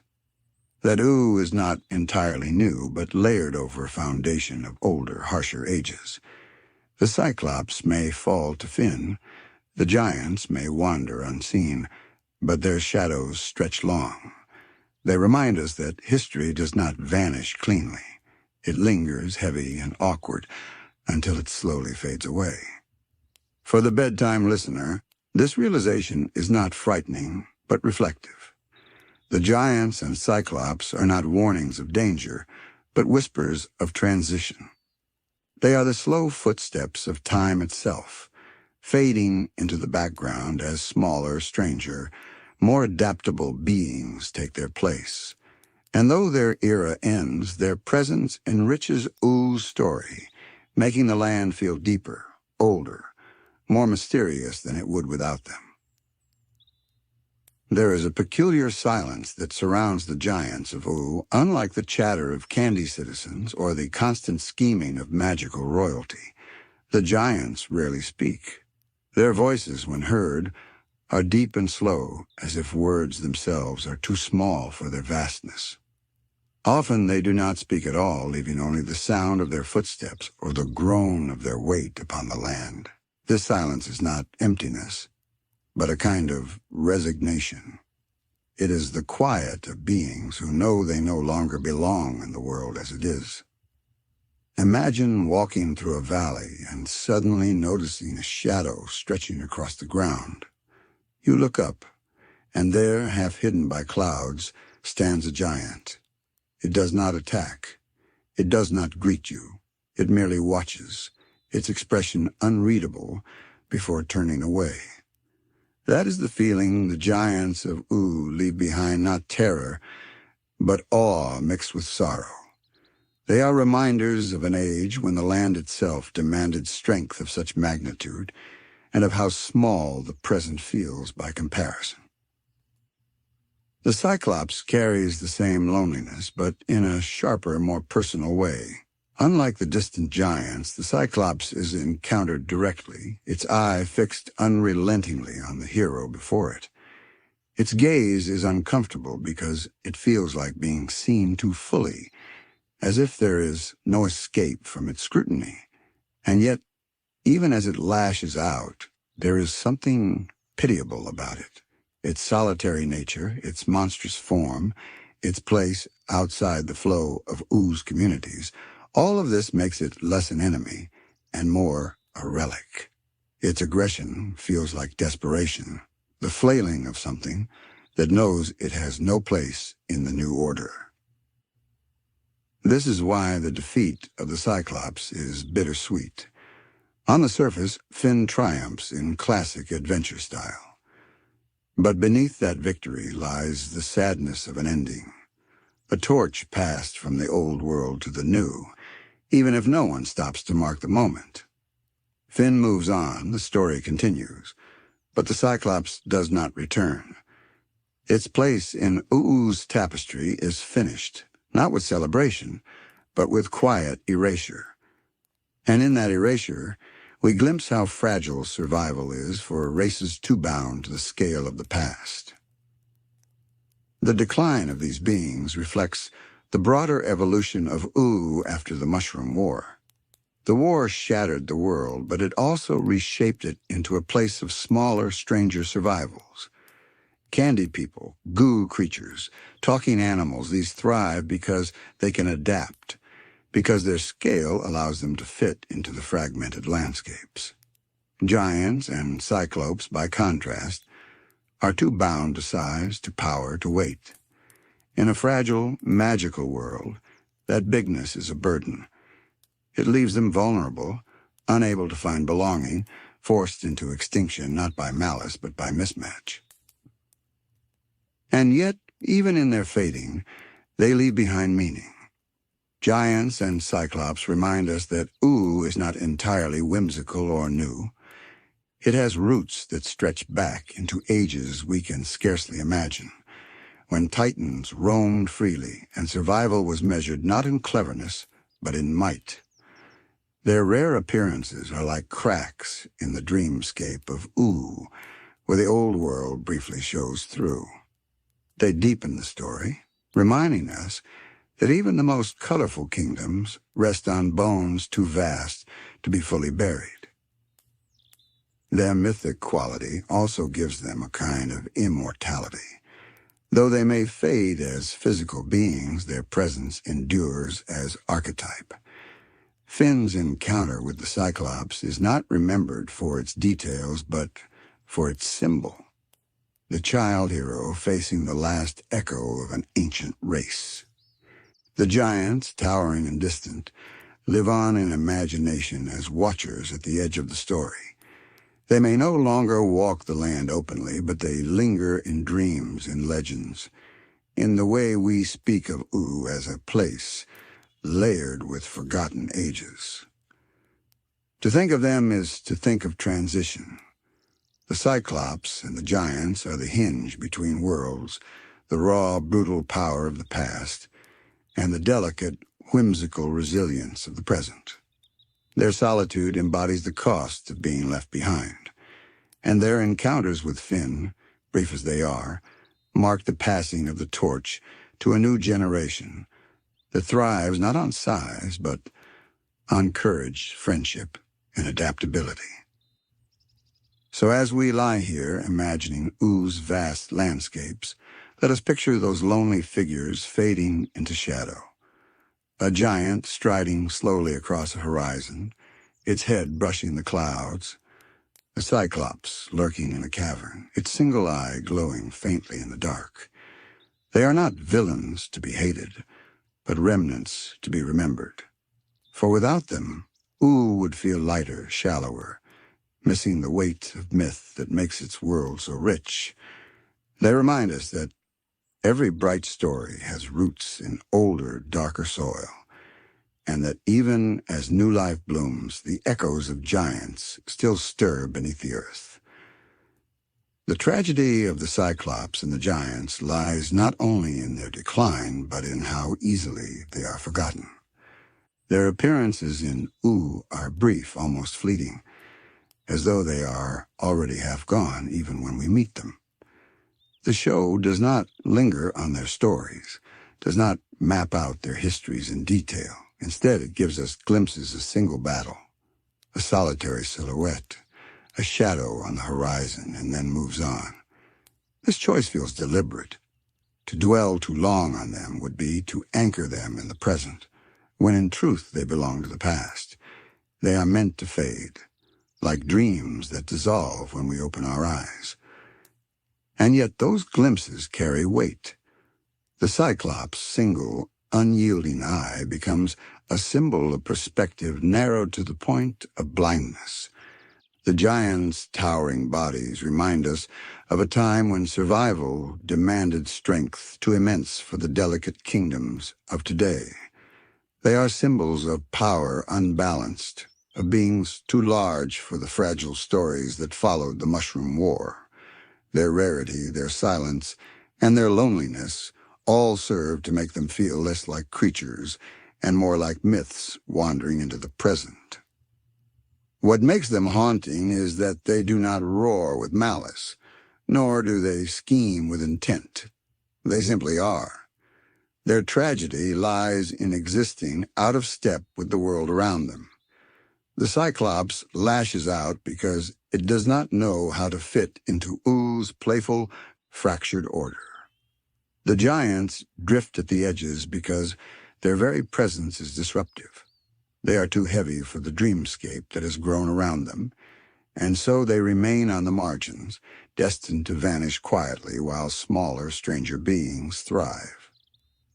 And this vanishing carries a kind of tenderness. To think of the giants is to think of a sunset, a glow that fades slowly, beautifully, until night takes it. To think of the Cyclops is to think of a lone candle flickering in a cavern, struggling against darkness until it gutters out. Their passing is not violent but inevitable, and in that inevitability we glimpse the cycle that defines Ooo, endings giving way to beginnings, old ages dissolving so new ones can bloom. The importance of their presence lies in how they deepen Oo's sense of time. Without the giants and the Cyclops, the world would feel as though it began only after the Mushroom War, populated entirely by candy folk, flame clans, and whimsical creatures. But with them, we sense layers beneath. We feel the weight of earlier ages, when titans strode across the land and battles were fought on a scale far beyond the size of children with swords. Their existence makes Ooo feel ancient, not just ruined, but reborn atop forgotten empires of muscle and myth. Even in bedtime reflection, their role is quiet but profound. They remind us that survival does not always mean flourishing. Sometimes survival is only lingering, waiting for the end. Sometimes survival is being too large for the new shape of the world, left to wander until the story moves on without you. And yet, even this kind of survival adds texture to the tapestry. It shows us that Ooo is not only whimsical and hopeful, but layered with melancholy. with echoes that hum beneath the brighter notes. Perhaps somewhere deep in the forests or high in the mountains, a giant still wanders, unseen by the kingdoms of today. Perhaps another Cyclops lurks in a cavern, its single eye dimly glowing, waiting for a traveler brave or foolish enough to enter. Or perhaps they are gone entirely, remembered only in the faint impressions they left behind. The show leaves this open, and in that openness lies the magic. They are not confirmed extinct, nor confirmed alive. They linger in possibility, half in shadow, half in story, like the best myths always do. As we close this chapter, let us hold their images softly in mind. The Cyclops, lonely and glaring, a relic of vision, too narrow for a world that demands change. The giants, vast and solemn, their footsteps echoing like fading thunder across the land. They are not heroes, not villains, but reminders of scale, of time, of endings. And in remembering them, we honor the layers of Ooo that lie beneath the candy-colored surface, the ancient foundations that still whisper in silence. With their presence fading into twilight, our journey moves onward toward races even more fleeting, the Lizardfolk glimpsed in ruins, the goo beings who shimmer briefly before vanishing, the oddities that pass through Ooo like dreams. Where the giants remind us of history's weight, these next forgotten peoples remind us of its fragility, the way some stories surface only for a moment before slipping quietly back into obscurity. If the giants and the Cyclops represent the heavy echoes of ancient ages, then the Lizardfolk, the goo beings, and other passing oddities are like flickers of memory, brief, delicate glimpses of what might once have been, seen only in passing before they vanish into the folds of Oo's landscape. They remind us that not every race of this strange world is meant to be fully known.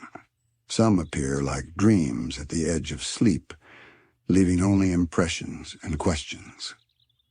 The Lizardfolk are one such mystery. We see them only briefly, scattered across ruins and hinted at in fragments. Their bodies are lean, scaled, their movements quick and reptilian. There is no great kingdom to anchor them, no central lore that tells us who they are or where they came from. And yet, their very presence suggests history. If ruins exist, then builders once lived within them. If Lizardfolk can be glimpsed, then perhaps once their kind thrived in numbers, shaping their own corner of Ooo before time and catastrophe reduced them to whispers. It is easy to imagine that they may have been among the first to rise after the Mushroom War, adapted swiftly to the poisoned world. Their scales could have shielded them, their cold-blooded bodies demanding less sustenance in a land stripped bare. For a time, perhaps, they built cities of stone and firelight, carving out a life among the ashes. But over centuries, the kingdoms of candy, flame, and ice grew louder, larger, brighter. The Lizardfolk, less flamboyant, less magical, may have dwindled, their cities abandoned to crumble into dust. What remains are ruins and scattered figures, haunting the world like ghosts still clinging to stone. The goo creatures are stranger still. Their appearances are fleeting, often limited to background glimpses or brief encounters. They have no permanence, no architecture, no relics. Their bodies, shifting and translucent, seem almost symbolic of impermanence itself. They can stretch and reform, melt and reassemble, their very existence a rejection of fixed form. And yet, they are alive. They move, they speak. They take part in Oo's endless dance of survival, however briefly. To see a goo creature is to be reminded that life in Ooo takes many shapes, some of which resist definition altogether. Symbolically, the goo beings embody mutability. where the Hyoomans preserved relics of the past and the Marauders clung to violence, the goo folk represent constant change. They cannot be pinned down, cannot be categorized. They are here one moment, reshaped the next, as if their very existence is a metaphor for Oo's fluid, dreamlike nature. And just as quickly as they appear, they vanish, leaving us unsure whether they were ever truly there at all. Beyond the lizardfolk and the goo creatures, Ooo offers countless other fleeting races, seen only once or twice, then gone. Cyclopean beasts, forgotten mutants, odd hybrids of magic and fallout, each one a reminder that Ooo is vast, filled with more lives than a single story could ever hope to tell. To the viewer, they are background details, curiosities. But within the world itself, they represent entire peoples, entire lineages, compressed into a single glimpse. Their brevity does not make them less real. If anything, it makes them more haunting. For in the quiet hours, when we think of Ooo not as a cartoon, but as a living place, we realize that these passing oddities enrich its fabric. They suggest corners of the map never explored, cities never named, stories never told. They are the unspoken truth that for every Finn and Jake, there are hundreds of beings living their own adventures, unknown to us, forgotten by history. Some thrive for a generation, then vanish. Others linger unseen, hidden in ruins or deep forests, waiting to be rediscovered. Their role in Oo's evolution is subtle but vital. They fill the gaps between the larger kingdoms, populating the spaces where the story rarely lingers. Without them, the land might feel too neat, too orderly. With them, Ooo becomes a place of infinite depth, a place where mystery is always just beyond the next hill. They remind us that not every life is chronicled. Not every people is remembered. Some exist only for a moment, and then fade, and in their fading, they give the world its richness. If we let our minds wander back through Oo's landscapes, the traces of the lizardfolk begin to feel almost familiar, as though we've seen their shadows many times without noticing. Their ruined halls, carved with strange patterns, suggest a people who once valued structure and permanence. Perhaps they built their homes close to rivers, or deep within marshes, where the damp earth kept them cool. The architecture left behind is simple, but it whispers of a culture that knew how to endure in harshness. Even in ruins, their shapes suggest community walls arranged in circles, fire pits at the center, carvings of serpentine lines etched into stone. They were not aimless wanderers, but builders who sought to root themselves in the shifting earth. The tragedy of the lizardfolk is that they seem to have vanished almost without notice. Unlike the Hyoomans, who left behind stories and relics, or the Marauders who carved fear into the land, the lizardfolk dissolved quietly, their presence reduced to fragments. Yet this very silence carries its own meaning. It shows us that not every race is remembered because of grand gestures. Some are remembered only through the quiet persistence of ruins, through the half-faded impression of scales on stone floors, through shadows glimpsed between trees. Their absence is almost more powerful than their presence, because it leaves us imagining what they once were. The goo creatures, on the other hand, resist even this kind of permanence. Where the lizardfolk leave behind stone, the goo folk leave behind nothing at all. Their bodies are fluid, their forms constantly shifting, their identities as elusive as water slipping through fingers. They're not meant to be remembered through architecture or relics.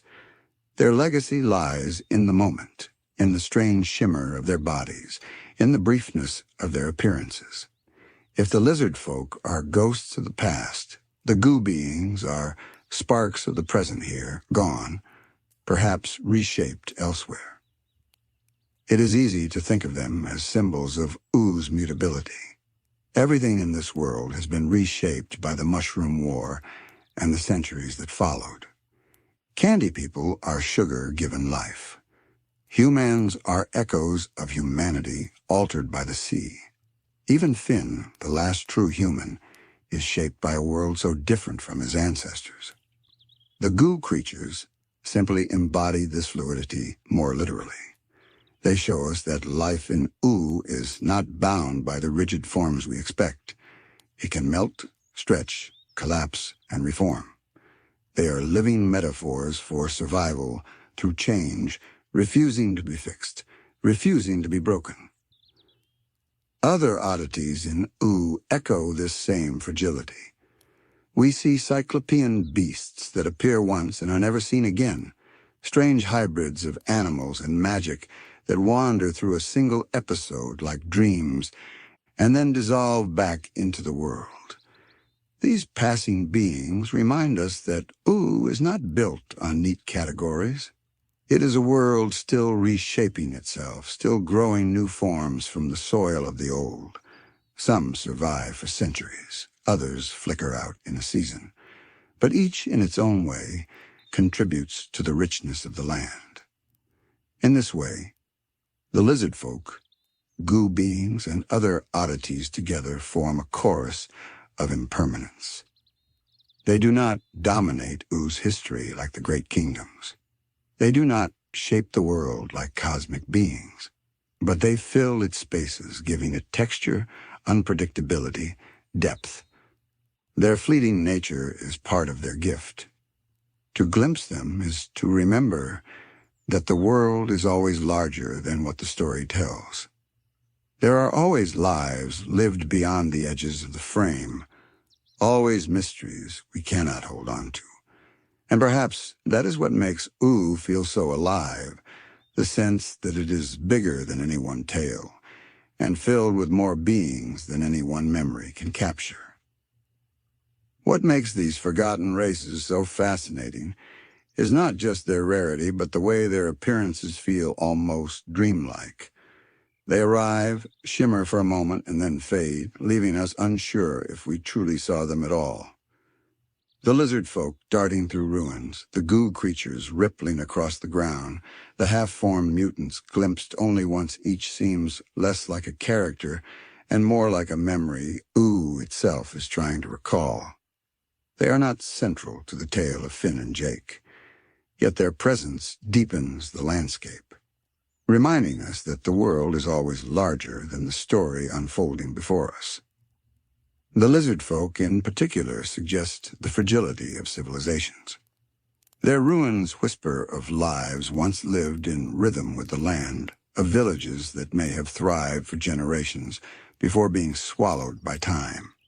Perhaps their decline came from the rising power of other kingdoms, or perhaps it was simply the slow erosion of numbers as their kind dwindled. Unlike the Hyoomans, they left no ark to sail away, no exodus to carry them into myth. Their story seems to have ended where it began, in stone halls now claimed beyond by moss and silence. That quiet ending, though less dramatic, is still a kind of truth. Not every people vanishes in a blaze of tragedy. Some simply fade, their names carried only by ruins that crumble into the soil. The goo beings offer a very different reflection.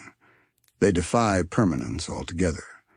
Watching them stretch and collapse is like watching the world's chaos made flesh bodies without bones, forms without certainty. They cannot leave behind ruins or relics because they are relics of impermanence itself. To exist only briefly, to shift without stability, to vanish without leaving a trace, this is their way. And yet, in their mutability, they may be the most fitting symbol of Ooo. For Ooo itself is always shifting, always unstable, a land where candy can breathe, where time can bend, where dreams can bleed into waking life. The goo beings are not outsiders in this world. They are its essence, distilled into form. Other fleeting oddities support this dreamlike quality. A strange beast with too many eyes glimpsed in the background. A hybrid creature wandering through a forest, never seen again. Even a single cyclopean figure, unrelated to the one Finn fought, might appear for a breath of a scene, then vanish. These beings are not mistakes or afterthoughts. They are part of the rhythm of Ooo, filling the spaces between the louder voices, like notes played softly between chords. They give the impression that Ooo is endless, that beyond every hill or beneath every tree, some new life waits unseen. Symbolically, these oddities remind us of the fragility of memory. The main kingdoms of Ooo survive because they are remembered. Their rulers, their wars, their magic, all are chronicled within the story. But the smaller races, those who appear only once, survive only if someone recalls them. They are like dreams fading as morning comes. Unless we hold them in mind, they slip away, lost in the brightness of more dominant tales. In this way, they mirror the forgotten peoples of our own history, cultures who thrived for time only to vanish, remembered only faintly, if at all. And yet this fragility does not make them unimportant, quite the opposite. It makes them essential. They fill Ooo with mystery, with the sense that the world is not only what we see, but also what we cannot. Their fleeting presence forces us to imagine more, to ask what else exists beyond the borders of the story, what lives are being lived in silence, what voices go unheard. Without them, Ooo would feel smaller, flatter, less real. With them, it feels infinite, a land of endless corners, each with its own hidden life. So when we think of the Lizardfolk, the goo creatures, and the countless passing oddities, we should not mourn their brevity. We should see it as part of their gift. They exist as reminders that the world is larger than memory, that not everything can be held or explained. Some lives are only glimpsed, and yet those glimpses make the world feel alive. In their fleeting appearances, they keep Ooo vast, unpredictable, and full of quiet wonder. The Lizardfolk, the goo creatures, and the countless other oddities we glimpse in Ooo do not command the spotlight, but perhaps that is precisely their purpose. Their brevity allows them to act like echoes, reminding us that Ooo is not a neat storybook, but a living landscape, shaped by memory and mystery alike, where the Hyoomans embody longing and the Marauders embody despair. These fleeting races embody something subtler, the fragility of being noticed at all. The Lizardfolk, with their crumbled ruins and half-forgotten shapes, remind us that civilizations do not always fall with explosions or final battles. Sometimes they simply diminish, one generation at a time, until the last voice fades into silence. Their traces linger in stone and shadow, leaving the rest of us to wonder who they were, what they believed, and how they once sang their stories into the night. That silence is its own form of legacy. It asks us to imagine, to fill in the gaps, to keep them alive not through their presence, but through our curiosity. The goo creatures, by contrast, teach us that life does not always crave permanence. Their bodies shift, collapse, and reform, caring little for stability. To them, the present moment may be enough. They are reminders that survival can mean fluidity, that sometimes the best way to endure is not to cling to form, but to let it slip away. In their mutability lies a kind of freedom. They are never the same twice, and so they resist the stillness of extinction.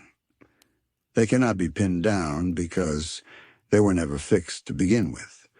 Their legacy is not in ruins or relics, but in the fleeting impression they leave on those who cross their path. And then there are the countless other creatures with strange faces. hybrids that defy understanding, wanderers who step briefly into sight before vanishing. Some may be remnants of the Mushroom War's chaos. Others may be experiments of magic gone astray.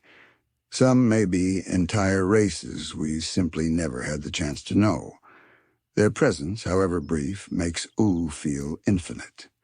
Every glimpse is a reminder that the world stretches far beyond the boundaries of the story we are told. For every kingdom we explore, there are dozens more hidden valleys and secret tribes, each with their own lives, joys, and tragedies. In this way, these passing beings play a vital role in Oo's survival after the war. They may not hold kingdoms or shape great conflicts, but they fill the in-between spaces, ensuring the world never feels empty. They are the subtle threads that weave the fabric tighter, preventing Ooo from unraveling into nothing but the grand arcs of heroes and villains. Without them, the land would feel staged, too orderly. With them, it feels alive, unpredictable, layered, real. There is also a tenderness in their fragility. To be glimpsed only once, to live in the background of another story, is not to be meaningless. It is to be a part of the quiet chorus that makes the song whole. In a bedtime reflection, this feels deeply human. For most of us, life is not about grand kingdoms or heroic quests. It is about small presences, fleeting encounters, moments that pass without recognition, yet still shape the world. The Forgotten Races of Ooo mirror this truth. They remind us that meaning does not always come from fame or memory. Sometimes it comes from simply existing, however briefly, within the story of a world. So as we close this segment, let us picture them gently. The Lizardfolk moving quietly through their moss-covered ruins, their scales glistening faintly in the dim light of forgotten halls. The goo creatures rippling across the ground like living water, shifting from shape to shape without fear of impermanence. The countless other oddities glimpsed at the edge of vision, strange and fleeting, fading into forests, deserts, and shadows. They are not gone, not entirely. They linger in the imagination, carried forward by the questions they leave behind. In remembering them, we honor not only the grand stories of Ooo, but also its silences. We honor the fragility of life lived quietly, a peoples who did not dominate but still mattered. We honor the truth that a world is not only shaped by its kings and heroes, but also by its forgotten races, its passing creatures, its quiet mysteries. And in that honoring, Ooo becomes richer, deeper, more alive. As we arrive at the final stretch of our journey, it feels like standing at the center of a great woven cloth and gazing at the threads that stretch in every direction. Each race we've explored: the Hyoomans beneath the sea, the Marauders across the Wastelands, the lonely Cyclops and giants, the Lizardfolk, the goo creatures, and countless other oddities is a thread in Oo's vast tapestry. Some are bold and bright, others faint and fading, but all are essential. Together, they form the pattern of survival and memory that makes this land so endlessly rich. The Hyoomans remind us of longing. They carried memory like a lantern through darkness, adapting their bodies to the sea but never letting go of their stories. Their exodus to the surface was more than migration. It was a promise fulfilled, proof that hope can endure across centuries. In them we see the persistence of humanity, reshaped but not erased. They are the dreamers of Oo's forgotten races, holding on to what was lost so it might one day return. The Marauders, by contrast, remind us of despair. They too survived the war, but their survival was stripped of tenderness, hardened into violence. Where the Hyoomans built shrines, the Marauders built masks. Where one carried relics, the other carried weapons. They are the shadows of Oo's tapestry, reminders of what happens when memory is abandoned and only hunger remains. And yet their place is important. Without them, we might forget that survival is not always gentle. Sometimes it is sharp, jagged, and lonely. The Cyclops and giants remind us of endings. They are the remnants of an age too large for the fragile world that followed. Their size makes them majestic, but also tragic, for they no longer fit into the scale of Oo's new kingdoms. They wander or fight, not out of malice, but out of mismatch. In them we see the sunset of eras, the slow fading of power that cannot adapt. They are the old threads, heavy and fading, anchoring the tapestry to a deeper history, even as their color dims. The Lizardfolk, quiet and half-forgotten, remind us of fragility. Their ruins speak of a people who built, lived, and vanished with barely a trace. They show us that not every story ends with spectacle. Some end with silence, with moss growing over stone, with names no longer spoken. Their thread in the tapestry is faint, but without it the cloth would lose depth. They are the whispers between louder voices, the quiet proof that Ooo is filled with more lives than can ever be remembered. The goo creatures and other fleeting oddities remind us of impermanence. Their bodies shift, their appearances vanish as quickly as they arrive. They leave no ruins, no relics, only impressions. And yet these impressions matter. They remind us that life is not always fixed or permanent. It can be fluid, fleeting, momentary. Their threads flicker in and out of the tapestry like sparkles of light, brief but essential, keeping the weave from becoming static or predictable. Taken together, these forgotten races show us that Ooo is not defined only by its heroes, its kingdoms, or its cosmic beings.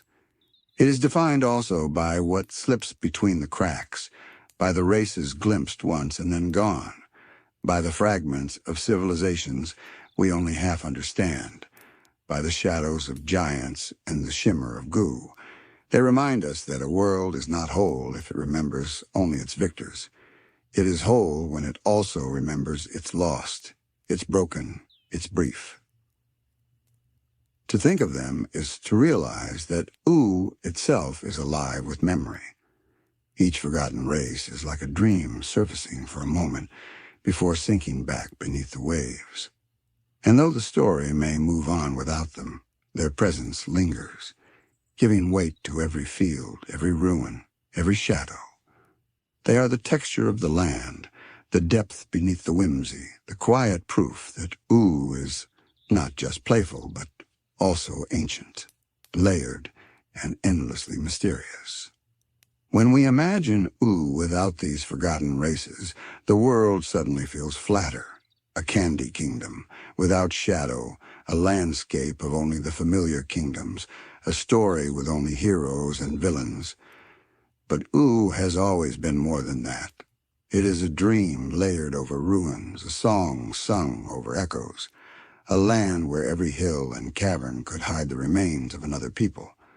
The Hyoomans, the Marauders, the giants, the Lizardfolk, the goo beings, they are all reminders that history is never simple. It is a patchwork of endurance, of triumph, of loss, of forgetting. Their presence also highlights a truth about survival. To endure after a catastrophe does not always look the same. For the Hyoomans, survival meant holding on to memory and adapting their very forms to the sea. For the Marauders, it meant letting go of tenderness and living by the creed of the strongest. For the giants, it meant lingering long past the age that suited them, bodies too large for a fragile, new world. For the Lizardfolk, it meant building until building was no longer enough, and then fading quietly. For the goo beings, it meant refusing to be fixed at all, living in constant change. Each path is different, yet each is valid. Together, They show us the spectrum of what it means to continue living in a world that has been broken and remade. The beauty of Adventure Time is how these threads are never forced into the center.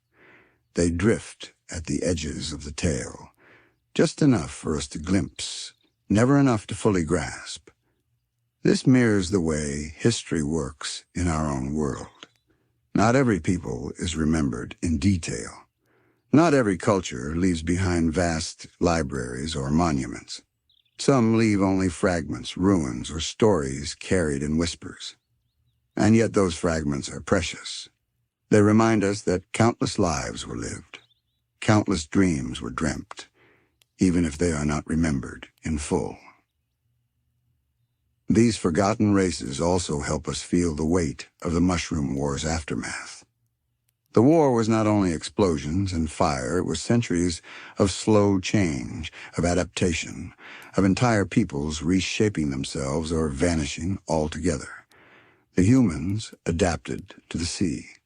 The Marauders became wanderers of ash. The giants lost their place. The goo beings flickered into being. The Lizardfolk built and faded. Each of these outcomes is a reflection of the same event, seen from different angles. Together they show us how wide the ripple of destruction was and how many paths survival can take when the world itself is shattered. And so, in a quiet way, these forgotten peoples add gravity to the stories of Finn, Jake, and the kingdoms. Their adventures feel brighter because we know the shadows are real. Their laughter feels lighter because we know what despair looks like. Their victories feel earned because we know the world around them is filled not only with whimsical beings, but also with ghosts of civilizations lost.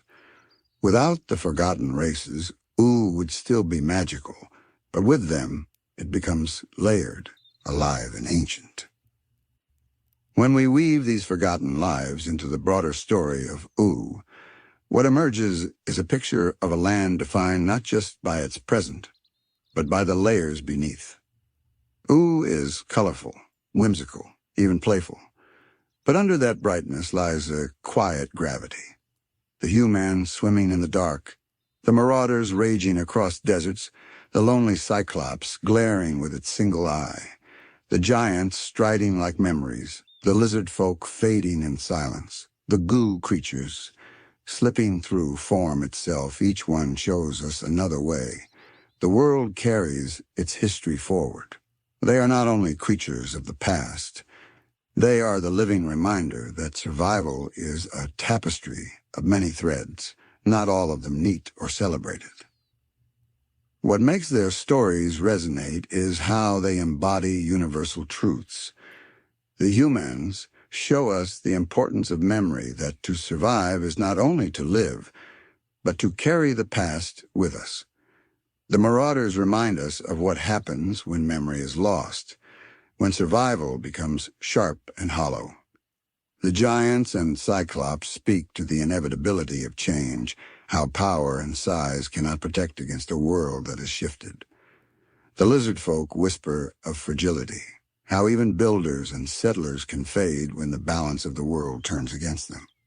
The goo beings embody impermanence itself, showing us that sometimes the only way to survive is to flow, to accept change, to refuse to be fixed. Together, they form a philosophy hidden within the story. Adventure Time never explains this outright, but it lingers in the quiet corners of the show. Ooo is not only a land of kingdoms and magic, but a meditation on survival after catastrophe. Each forgotten race is a possibility, a different answer to the same question. How do we go on when the world has ended? Some cling to memory, some to violence, some to adaptability, some to silence, some to fluidity. None of these answers are entirely wrong, and none are entirely safe. They are simply human, or, more accurately, post-human. For bedtime reflection, there is something soothing in this. It tells us that survival does not have to look one way. It can be fragile, fleeting, awkward, or even forgotten, and still it matters. The Hyoomans were not erased even when they vanished from sight. The Marauders were not meaningless even if they left only fear. The giants, though out of place, still remind us of an age before. The Lizardfolk, though quiet, still left their stones. The goo creatures, though brief, still left impressions. Every thread, no matter how faint, contributes to the weave. This is why Ooo feels dreamlike. It is not a world that ties every story into a neat bow. Instead, it lets fragments linger, allows mysteries to remain unanswered. It shows us glimpses of lives we will never fully know, and trusts us to imagine the rest. That openness mirrors the way we dream, where faces appear without context, where landscapes shift, where details fade upon waking. The Forgotten Races are Oo's dreams. They drift across the story, vanish, and leave behind only feelings: awe, sorrow, curiosity, unease. These are the emotions that make the world feel alive long after the scene has ended. And perhaps that is the quietest gift they offer, the reminder that every world, real or imagined, is larger than what we can hold in our hands. Just as in our own lives, there are countless stories we will never hear, countless peoples and creatures who lived and faded before us, countless fragments that survive only in ruins or whispers. The Forgotten Races of Ooo invite us to rest with that truth, to let go of the need for every story to be complete, to accept that even fleeting lives leave traces, and that those traces make the world richer. In the end, the Forgotten Races of Ooo do not exist to be solved. They are not puzzles waiting for answers or gaps waiting to be filled. They are reminders that the world itself is more mysterious than we can ever fully grasp. The Hyoomans may have vanished into legend. The Marauders may still wander the wastes unseen. The Cyclops and giants may have slipped into shadow. The Lizardfolk may rest forever in their mossy ruins, and the goo creatures may have melted back into the fabric of Ooo. Their stories are unfinished, and that incompleteness is part of their meaning. For what they give us is not certainty, but perspective. They remind us that the land of Ooo is not only the tale of a boy and his dog, not only the saga of kingdoms and cosmic beings. It is also the quiet story of those who lived at the edges, who adapted in silence, who flickered briefly and were gone. It is a world where even a single glimpse of a scaled figure in ruins, of a shimmering goo creature, of a masked marauder passing by is enough to deepen the dream, to remind us that every life matters, even if it is not remembered in full. As we think of them now, drifting toward rest, let us picture Ooo as a great quilt, patched together with bright pieces and faded ones alike. The bright pieces are the stories we know well: Finn and Jake's adventures, Princess Bubblegum's kingdom, Ice King's crown, Marceline's songs. The faded ones are the Forgotten Races, stitched at the edges, holding the quilt together in ways we hardly notice. Without them, the fabric would unravel. With them, it holds, imperfect but whole. There is a comfort in this vision. It tells us that even when a story is not told loudly, it still has weight. Even when a people is forgotten, they still leave their mark. Even when a creature is glimpsed only once, it still adds to the world. The Forgotten Races of Ooo are reminders of this quiet truth, that nothing is ever truly lost. It lingers in ruins, in relics, in shadows, in the imagination of those who pause long enough to remember. And so, as we close our journey tonight, let us carry them gently in mind. The Hyoomans, dreamers of the deep, rising toward sunlight they had never seen. The Marauders, masked wanderers of ash, living out the sharpness of survival. The Cyclops and giants, echoes of titans, fading with the passing of their age. The Lizardfolk, quiet builders, gone but not erased. The goo creatures, impermanent and fluid, shimmering with the essence of change. Each one a thread, each one a voice, each one part of the endless song that makes Ooo feel alive. Adventure Time has always been about more than its central story. It is about the feeling of a world that continues even when we are not looking. The Forgotten Races capture this best.